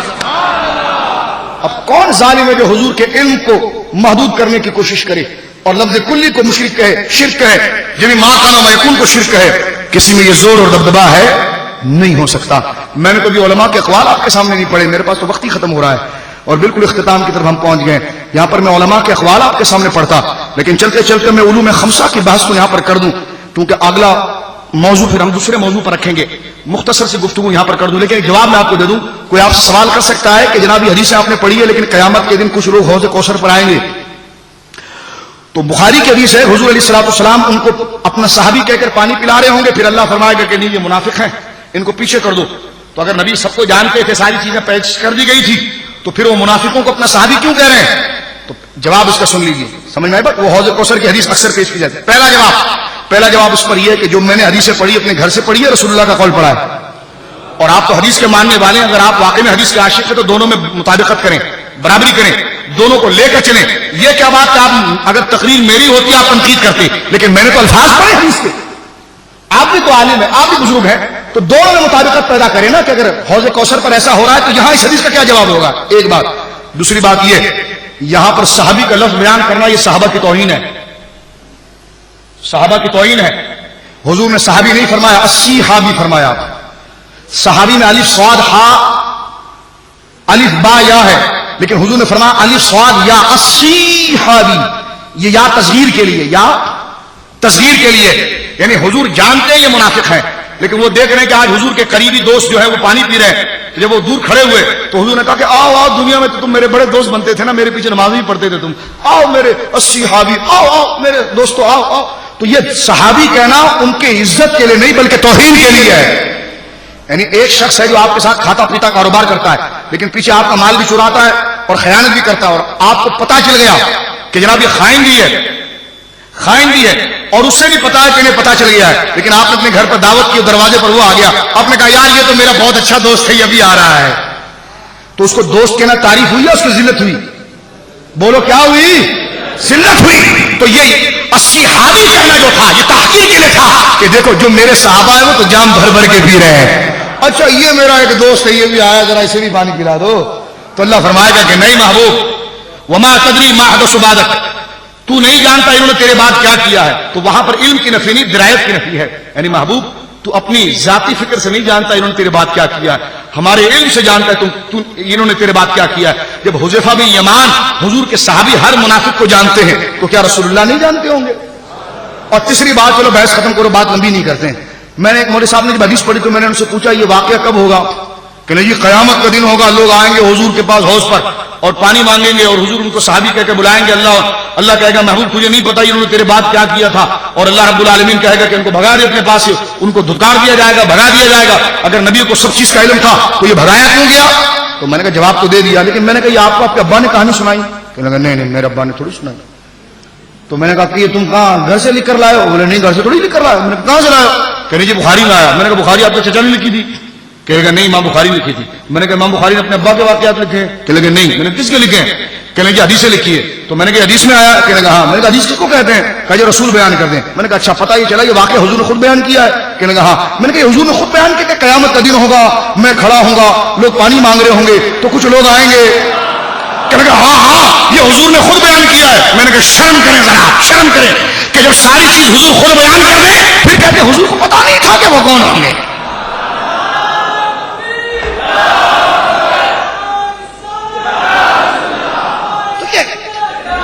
کیونکہ جس تعصب میں سوال کیا جاتا نا اسی محبت میں نے جواب دیا ہے. حضور کے علم سے بغض رکھ کر جو انداز اختیار کیا جاتا ہے نا اعتراض کرنے میں, تو الحمدللہ حضور کے دفاع میں جو انداز اختیار کیا جاتا ہے وہ اختیار میں نے کیا ہے. پھر میں مقصد عرض کر دوں, میرے سامنے کوئی جماعت کوئی گروہ نہیں ہے, میرے سامنے وہ فکر ہے جو حضور کے علم سے چڑھتی ہے, اور میرے سامنے وہ فکر ستائش کی اور ستائش کے لائق ہے کہ وہ فکر جو حضور کی ہر خوشی اور حضور کے ہر پیغام اور حضور کی ہر عظمت سے وہ باغ و بہار ہو جاتے ہیں. آخری بات جو میں یہاں پر عرض کرنا تھا وہ یہ ہے کہ مین چیز اس میں آ جاتی علوم خمسہ, جو تھوڑا سے وقت 5-7 منٹ کا ہمارے پاس رہ گیا. علوم 5 چیزوں کا علم, کس کا بولے, کس چیز کا؟ قیامت کب آئے گی, بارش کب ہوگی, ماں کے پیٹ میں کیا ہے, کوئی کل کیا کرے گا, اور کون کہاں مرے گا. یہ 5 چیزیں سورہ لقمان ختم ہو رہی ہے وہاں ذکر کی گئی ہے. سورہ لقمان ختم ہو رہی ہے وہاں پر, اور وہاں پر کہہ دیا گیا کہ یہ اللہ رب العالمین جانتا ہے, ان اللہ علیم الخبیر, اللہ رب العالمین اس کو جانتا ہے. ابھی آیت پڑھ دی جاتی ہے دیکھو یہ 5 چیزوں کا علم کوئی نہیں جانتا. میں نے کہا بالکل اللہ کے بتائے بغیر تو کوئی بھی نہیں جانتا. 5 چیزیں کیا, ذرہ تن کا بھی کوئی نہیں جانتا, تن کا بھی کوئی نہیں جانتا. کہ لیکن نہیں اللہ بتاتا بھی نہیں ہے. ہم نے کہا یہ تو پھر داندلی ہے, یہ تو پھر زبردستی ہے. پھر ان حدیثوں کا کیا ہوگا, ان علماء پر کیا فتوے لگیں گے, اور ان صحابہ کے بارے میں آپ کیا کہیں گے, نبی پاک کے بارے میں خود کیا کہیں گے کہ سرکار نے ان کے بارے میں خبر مرحمت فرمائی ہے. اللہ اکبر. تو میں مختصر سی بات یہاں پر اس کو سمیٹتے ہوئے عرض کرتا ہوں, علماء نے اس پر اجمالی نظریہ یہ ذکر کیا, مسلمہ نظریہ علماء نے یہ ذکر کیا ہے کہ یہ 5 چیزیں علم الہی کا خاصہ ہے, لیکن اللہ جتنا چاہتا اپنے محبوبوں کا عطا فرماتا ہے. حضور کے بارے میں بات نہیں ہو رہی ہے, حضور کے بارے میں تو کسی کو جرت بھی نہیں کہ کہے کہ حضور کو نہیں ہے. علماء نے کبھی اس کو حضور کے لیے نہیں لیا, جس طرح کے گستاخ دریدہ دہنی کرتے ہیں اور حضور علیہ الصلوۃ والسلام پر چرب زبانی کرتے ہیں معاذ اللہ. آج تک امت نے اس کو میرے جیسے اور آپ جیسے کے بارے میں, کہ اگر میرے جیسے آدمی کوئی کہے میں جانتا ہوں کہ ماں کے پیٹ میں کیا ہے, تو علماء میرے جیسے آدمی کا تبصرہ کرتے ہوئے بات کرتے ہیں. اس کے بارے میں, سرکار کے بارے میں کبھی اس بارے میں علماء نے نہیں لکھا.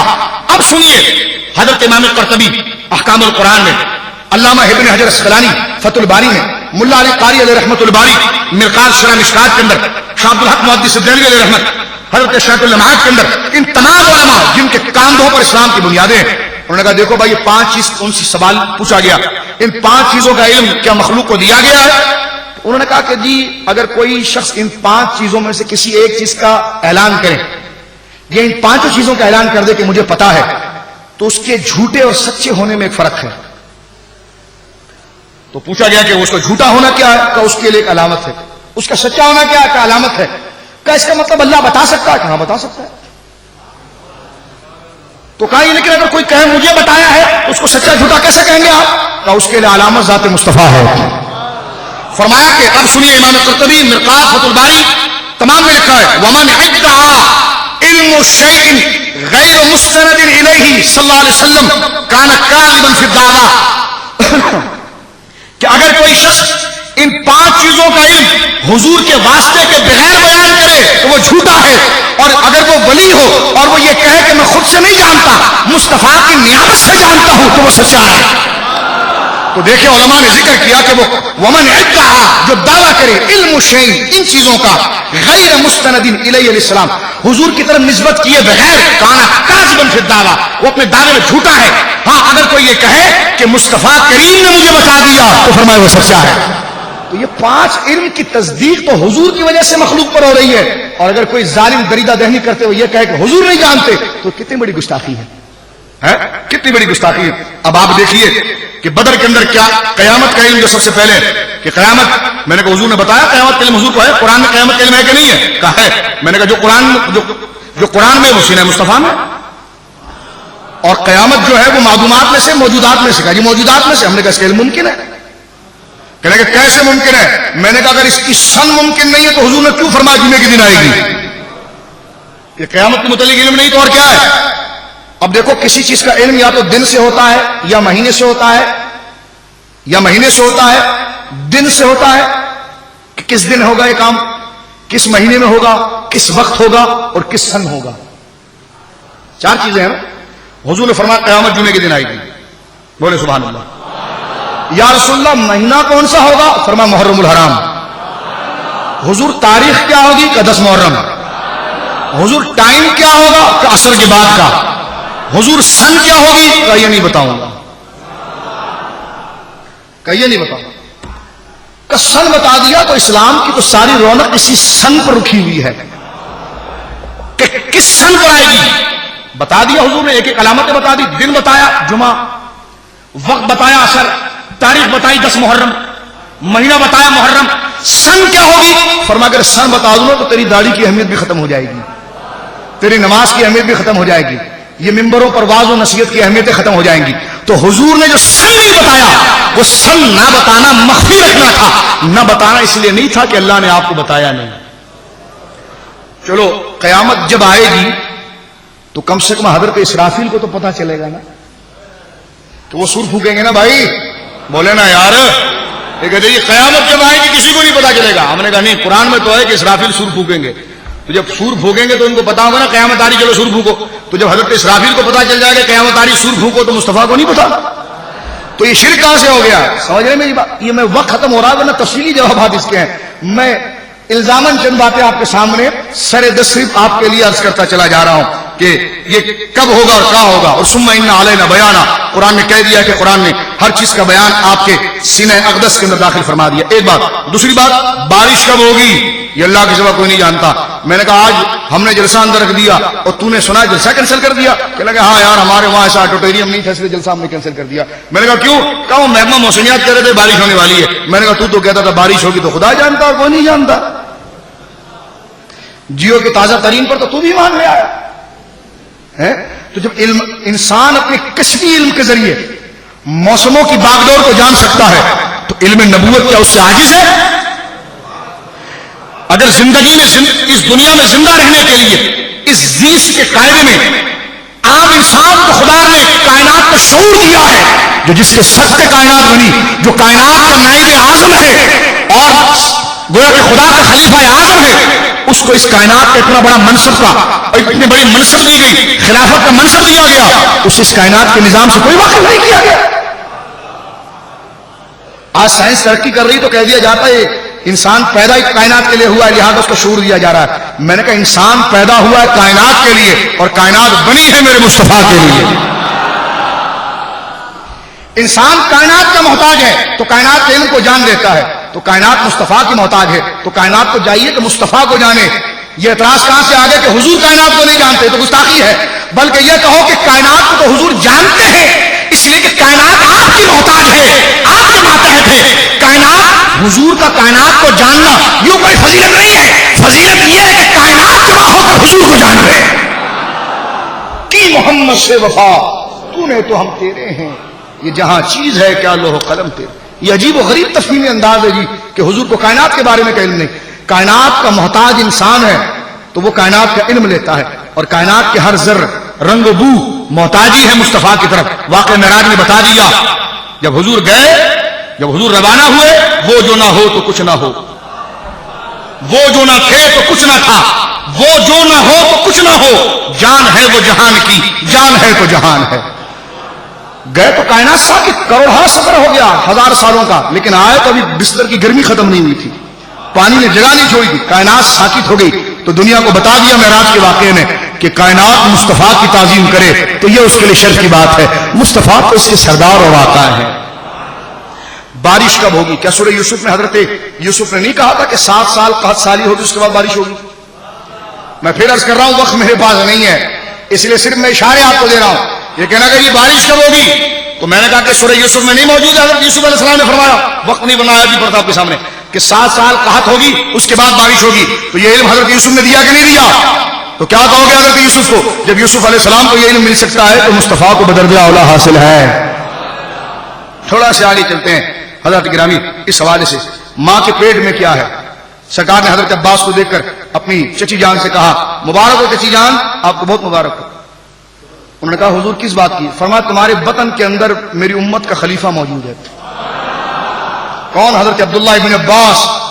حضرت عبداللہ ابن، یہ تو سرکار، میں کیا عرض کروں یہاں پر، میں مجھ جیسا ہے مدہ۔ آئیے فاروق اعظم کی بارگاہ میں پہنچے، کسی نے حضرت عمر سے پوچھا آپ کا انصاف ایسا ہے، یہ بعد میں چلے گا؟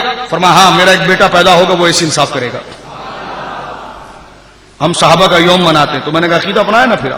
حضرت عمر نے فرمایا کہ میرا ایک بیٹا پیدا ہوگا جس کا نام میرے نام پر ہوگا۔ تمام تاریخ کی کتابوں کے اندر موجود ہے، تاریخ خلفاء دیکھیں، صحابہ دیکھیں، میرے نام پر اس کا نام ہوگا، میری طرح وہ نظام عادل کو دنیا میں نافذ کر دے گا اور اس کے پیشانی کے اوپر داغ بھی ہوگا۔ اب آپ دیکھیں حضرت عمر کی شہادت کے کئی سال بعد، 3 پشتوں تو سمجھ لیں آپ بعد، حضرت عمر بن عبدالعزیز پیدا ہوئے، جو حضرت عمر کے اولادوں میں سے تھے۔ آپ کا نام حضرت عمر کے نام پر تھا، اسی طرح عدل و انصاف آپ نے بنو امیہ کے اندر راسخ کیا، اور پیشانی پر جب پیدا ہوئے تو داغ نہ تھا۔ تو یہ علامت کیسے پوری ہوئی؟ بچپن میں گھوڑوں کے استبل میں کھیل رہے تھے، ایک گھوڑے کی ٹانگ کی ضرب ان کے سر پر لگی اور نشان آیا، اور حضرت عمر کا قول وہاں پر ثابت ہو گیا۔ تو ماں کے پیٹ میں کیا ہے؟ تو میں نے کہا جب ڈاکٹر نے خود کہا تو مولوی صاحب الٹرا ساؤنڈ کرانے بھاگے۔ تو میں نے کہا ان رپورٹوں پر یقین کیسے کر لیتے ہیں آپ؟ آج اگر مادی طاقتوں سے الٹرا ساؤنڈ کی رپورٹوں پر آپ یقین کر لیتے ہیں تو انسان اپنی ضرورت کے اعتبار سے یہاں تک پہنچ گیا ہے، تو کائنات کی ضرورت مصطفیٰ کو سمجھنا ہے۔ مصطفیٰ کو تو یہ علم پہلے عطا کر دیے گئے ہیں۔ اور آخری بات یہاں پر میں عرض کرنا چاہ رہا ہوں وہ یہ ہے کہ کون کہاں پر مرے گا اور کس جگہ مرے گا، یہ تو حضرت اسرائیل کو بھی پتا ہے، یہ نبی کے لیے نہیں مانتے کہ تو اللہ کے علاوہ کوئی نہیں جانتا۔ میں نے کہا ہم بھی کہتے نہیں جانتا، لیکن اگر اللہ بتا دے تو تمہارا کیا جاتا ہے؟ اللہ بتاتا، حضرت اسرائیل علیہ السلام خدا بتاتا ہے کہ فلاں کی روح فلاں جگہ قبض کرنا۔ یہ سلیمان علیہ السلام کا بڑا مشہور واقعہ ہے کہ ایک شخص حضرت سلیمان علیہ السلام کے ساتھ ہوا میں اڑ رہا تھا، آپ کا دوست تھا۔ حضرت اسرائیل علیہ السلام حضرت سلیمان کے پاس آیا اور اسے بڑی آنکھوں سے دیکھا، وہ ڈر گیا۔ اس نے حضرت سلیمان علیہ السلام سے کہا کہ ہوا کو حکم دیجئے، یہ نبیوں کی شان ہوتی ہے، ہوا ان کے تابع ہوتی ہے۔ اور سورہ صاد میں قرآن نے کہا ہے وَسَخَّرْنَا لَهُمُ الرِّيحَ، ہم نے ہوا کو تمہارے تابع کر دیا، جہاں تم چاہو گے ہوا وہاں چلے گی۔ تو حضرت سلیمان سے کہنے لگا کہ مجھے ایسی جگہ پر اٹھا کے پھینکوا دو کہ جہاں پر کوئی نہ پہنچ سکے۔ کہا تجھے ہو گیا؟ کہا بس میری خواہش پوری کر دو۔ اب وہ بتانا نہیں کہ حضرت اسرائیل نے مجھے دیکھ لیا۔ اب ہوا کو حکم دیا کہ جو جہاں چاہتا اٹھا کے پھینک دو۔ اب پھینک دیا کھنڈرات کے اندر، وہاں پہنچا تو حضرت اسرائیل پہلے سے موجود تھے۔ فرمایا میں یہی بولوں کہ تجھے روح تیری یہاں پکڑنی ہے میں نے، اور تو سلیمان کے ساتھ وہاں کیا کر رہا ہے؟ اللہ اکبر، اللہ اللہ، تیری روح میں نے یہاں قبض کرنی ہے اس وقت، اور تو سلیمان کے ساتھ وہاں پر کیا کر رہا ہے؟ تو باپ دیکھیں کس کو کہاں پر پکڑنا ہے، کہاں موت ڈالنی ہے، یہ تو حضرت اسرائیل کو بھی پتا ہے۔ سرکار بدر کے میدان میں گئے، جنگ سے ایک دن پہلے لکیریں لگائی ہیں، فرمایا ابو جہل یہاں گر کر مرے گا، بولے سبحان اللہ. ادبا یہاں گر کر بنے گا, شیبہ یہاں گر کر بنے گا, ولید یہاں گر کر مرے گا. میرے آقا فاروق اعظم کہتے ہیں جنگ کے بعد میں وہاں پر پہنچا اور اللہ کی عزت کی قسم جس نے آپ کو نبی برحق بنا کر بھیجا, آپ نے جس جگہ پر لائن لگائی تھی, نشان لگائی تھی, وہ کافر وہیں گر کر مرائے, بال برابر بھی فرق نہیں آیا. چلو تقریر ختم, آؤ صوفیوں کے قول پڑھتے ہیں. ایک قول پڑھتا ہوں علامہ عبدالعزیز بن دباغ کا, جو غوث اعظم ہے اپنے وقت کے, غوث ہیں. ان سے کسی نے پوچھا کہ یہ 5 چیزوں کا علم رسول کو ہوتا ہے, انہوں نے ڈانٹ دیا, تیری جرت کیسی ہوئی حضور کے بارے میں نفی کرنے کی. دیکھو داتا صاحب کے پاس کبھی حضور کے علم کی نفی نہیں ملے گی, میں بارہا آپ کو کہتا ہوں. غوث اعظم کے پاس نہیں ملے گی, صوفیہ کے مان اس ملا بکبک کے پاس ملے گی جسے خود علم کا کوئی حصہ نہیں ملا. وہ اولیاء جو روحانی پرواز پکڑتے ہیں وہ جانتے ہیں کہ حضور کے نام سے ہمیں اتنا علم مل گیا, تو جس کے نام لینے سے اتنا علم مل گیا تو وہ ذات خود کیسے علم والی ہوگی. اب آئیے حضرت شیخ عبدالعزیز بن دباغ, جنہیں تھانوی صاحب غوث کہتے ہیں, اور واقعی میں یہ غوث ہیں. ان کی کتاب ہے الابریز, اس کا اردو ترجمہ عاشق قلعہ مرٹھی نے کیا ہے, یہ اردو بازار میں مل بھی جاتا ہے. ترجمہ بھی انہی لوگوں نے کیا جو صبح شام کہتے ہیں نبی کو علم نہیں ہے. لیکن میں نے کہا ترجمہ کرتے ہوئے کم سے کم پیسہ لینے کی بجائے اس عقیدے کو اپنانے کی بھی کچھ امید رکھتے. لیکن الحمدللہ خدا جس کے نصیب میں اس بات کو داخل کر دیتے. عبدالعزیز بن دباغ, توجہ میری طرف, آخری قول سنیے, تقریر ختم کرتے ہیں اس موضوع پر. صوفیہ کے اقوال کے تحت بڑا پیارا قول ہے, لیکن درود پڑھ کر اپنے آپ کو تازہ کیجئے. صوفیوں کا قول ڈھیلا ڈھالا آدمی نہیں سنتا. اللہم صلی علی محمد مبارک. ادھر غوث اعظم کی شان بھی آپ دیکھیے گا کہ جو لوگ حضور کے علم کا انکار کرتے ہیں, حضور کے علم کا وہ انکار کرتا ہے جن میں کوئی ولی نہیں گزرا. بولے نا سبحان اللہ. آپ حضور کی تعریف کرتے ہیں اس لیے کہ آپ کے خود مرشد کو خدا نے اتنا علم دیا ہوتا ہے نبی کی عطا سے. تو دیکھیں نا یہ آیت نا, الا ان اولیاء اللہ لا خوف علیہم ولا هم يحزنون, یہ سنیوں کے فاتحے اور اس کے علاوہ کہیں پڑھی دیکھی آپ نے؟ میں نے تو کہیں نہیں سنی, کسی کی تقریر میں سنی. یہ سنی پڑھتا ہے ہمیشہ, فاتحہ میں پڑھے گا, 11ویں شریف میں پڑھے گا کہ اللہ کے جو دوست ہیں, اللہ کے جو ولی ہیں, ان پر کوئی خوف اور غم نہیں. تو جس کے پاس ولی ہوگا وہی پڑھے گا نا, دوسرے پڑھتے ہی نہیں ہے. دوسرے کہ نا ہمارے وہاں مزارات نہیں ہوتے. تو میں نے کہا جب شخصیت ہی نہیں تو مزار کہاں سے ہوگا. اب ذرا سنیے آپ, توجہ میری طرف رکھیے. حضرت عبدالعزیز بن دباغ رضی اللہ تعالیٰ عنہ وارضاہ عنہ فرماتے ہیں, ہوا صلی اللہ, جب کسی نے پوچھا نا کہ یہ 5 چیزیں جو علوم خمسہ ہے, شاہ عبدالحق صاحب نے تو بڑے واضح انداز میں, 2 ٹوک انداز میں لکھا کہ مراد اس کے بے تعلیم الہی, یہ 5 چیزوں کا علم جو نہیں جانتا اس کا مطلب یہ ہے کہ اللہ کے بتائے بغیر نہیں جانتا, اللہ بتا دے تو وہ جان لیتا ہے. اور کہاں تک جانتا ہے؟ حضرت عبدالعزیز بن دباغ کہتے ہیں ہوا صلی اللہ علیہ وسلم لا يخفى علیہ شیء من خمسۃ مذکورۃ, فرمایا یہ 5 چیزوں میں سے کوئی بھی ایسی چیز نہیں ہے جو جرت کہے اور کہے کہ حضور کو نہیں پتا تھی. خبردار, ان میں سے کوئی بھی چیز حضور پر مخفی نہیں تھی. آگے سنیے کہیے سبحان اللہ. فرمایا حضور پر کیسے مخفی ہو سکتی ہے؟ وَكَيْفَ يَخْفَى عَلَيْهِ ذَلِكَ وَالْأَقْطَابُ السَّبْعَةِ من امت الشریفت یعلمونها وهم دون الغوث. فرمایا حضور سے کیسے پوشیدہ ہو سکتی ہے؟ اس امت کے 7 قطب ہوتے ہیں, 7 کے 7 قطب ان 5 چیزوں کا علم رکھتے ہیں. یہ عبدالعزیز بن دباغ کا حوالہ پڑھ رہا ہوں آپ کے سامنے میں, رضی اللہ تعالیٰ عنہ وارضاہ, عظیم امام الاولیاء ہیں. فرماتے کس میں جرت ہے کہ حضور سے اس کا انکار کرے؟ فرمایا اس امت میں 7 قطب ہر دور میں ہوتے ہیں. فرمایا 7 قطب یعلمونها, وہ اس کا علم رکھتے ہیں. اور آگے فرماتے وہم دون الغوث, اور اس کا رتبہ غوث سے کم ہوتا ہے. سنیں, فرماتے ہیں کہ یہ کون جرت کر سکتا ہے کہ حضور اس چیز کو نہیں جانتے؟ اس کو تو حضور کی امت کے کتب بھی جانتے ہیں, جبکہ کتب جانے, کتب کا رتبہ تو غوث سے کم ہے, تو غوث تو اس کو ضرور جانتا ہے. اور آگے دن کے فرماتے ہیں فَكَيْفَ بِالْغَوْثِ, اور یہ غوث سے بھی کیسے چھپا رہ سکتا ہے, یہ غوث سے کیسے چھپا رہ سکتا ہے جبکہ وہ کتب سے اوپر ہے. تو فرمایا جب فَكَيْفَ الْغَوْث, جب غوث کو یہ پتا ہے فَكَيْفَ سَيِّدُ الْأَوَّلِينَ وَالْآخِرِينَ الَّذِي هُوَ سَبَبُ كُلِّ شَيْءٍ, تو یہ حضور سے کیسے پوشیدہ ہو سکتا ہے؟ اس لیے کہ ہر علم آپ ہی کی سبب سے آتا ہے. جن کے دلوں کو خدا نے جتنا روشن کیا, انہوں نے ایسے جرت اور 2 ٹوک الفاظ میں بات کیا ہے, ایسے جرت اور 2 ٹوک بولے الفاظ کے اندر بات کی ہے. اللہ اکبر. اور آئیے آپ 9 تاریخ کو انشاءاللہ ہماری مسجد معراج شریف کی تقریر سننے. وہاں پر اس علم مصطفیٰ کریم پر میں مجھ جیسا ہے ایک مدہ نکمہ کیا عرض کرے گا. جن بزرگوں نے اس مفہوم کو سمجھا ہے اس کو پڑھ کر میں آپ کی خدمت میں پیش کروں گا. آج کا یہ موضوع ہم اس طرف تکمیل کی طرف لے کر چلتے ہیں جو مسئلہ علم غیب کے حوالے سے چند ضروری ابحاث جو مختصر کر کے ہم نے آپ کی خدمت کے اندر پیش کی ہے. اور جتنی آیتیں حضور کے علم کی نفی میں پیش کی جاتی ہے وہ ہمارے عقیدے اور دعوے کے خلاف نہیں ہے، اس لیے کہ وہ ساری آیات یا تو معلومات میں آتی ہے یا اللہ کے بغیر بتائے سے آتی ہے. اور میں نے آپ کے سامنے ساری باتیں وضاحت کر دی ہے کہ نبی مکرم کو جو علم دیا گیا ہے وہ وحی کے ذریعے دیا گیا ہے، تعلیم کے ذریعے دیا گیا ہے، القاء کے ذریعے دیا گیا ہے، اللہ نے اپنے فضل سے عطا فرمایا ہے. اور ظاہر سی بات ہے اگر حضور کو نہیں دیا گیا تو یہ جو ممبروں پر بیٹھ کر لوگوں کو ڈراتے ہیں علامت قیامت، یہ اپنے گھر سے تو لے کر نہیں آئے ہیں، یہ حضور سے سن ہی کے تو بیان کر رہے ہیں. اور قیامت تو ابھی آئی نہیں ہے، نہ وہ علامتیں ظاہر ہوئی ہیں، وہ بھی تو غیب کی ساری باتیں ہیں. یہ تمام چیزوں کو بیان کرنا صرف اپنی حاضری بارگاہ رسالت میں پیش کرنا تھا، اپنے غلامی کے حق ادا کرنے کی کچھ ادنا سی کوشش کرنی تھی. کوئی کیا کر رہا ہے، ہمیں کیا کرنا ہے. ہماری زندگی ہے تو ہمیں اپنا کام کرنا ہے. ہماری جتنی زندگی ہے ہمیں اپنا بولیں ہائے ہائے اپنا کام کرنا. تو ہماری زندگی کے ساتھ جو ہماری ذمہ داری تھی اپنے کام کرنے کی کوشش کی ہے. اس میں جو کوتاہی رہ گئی اللہ معاف فرمائے. اور جن بزرگوں کے صدقے مقبولیت ہوئی ان کے صدقے اللہ ہم تمام کا بیڑا پار فرمائے.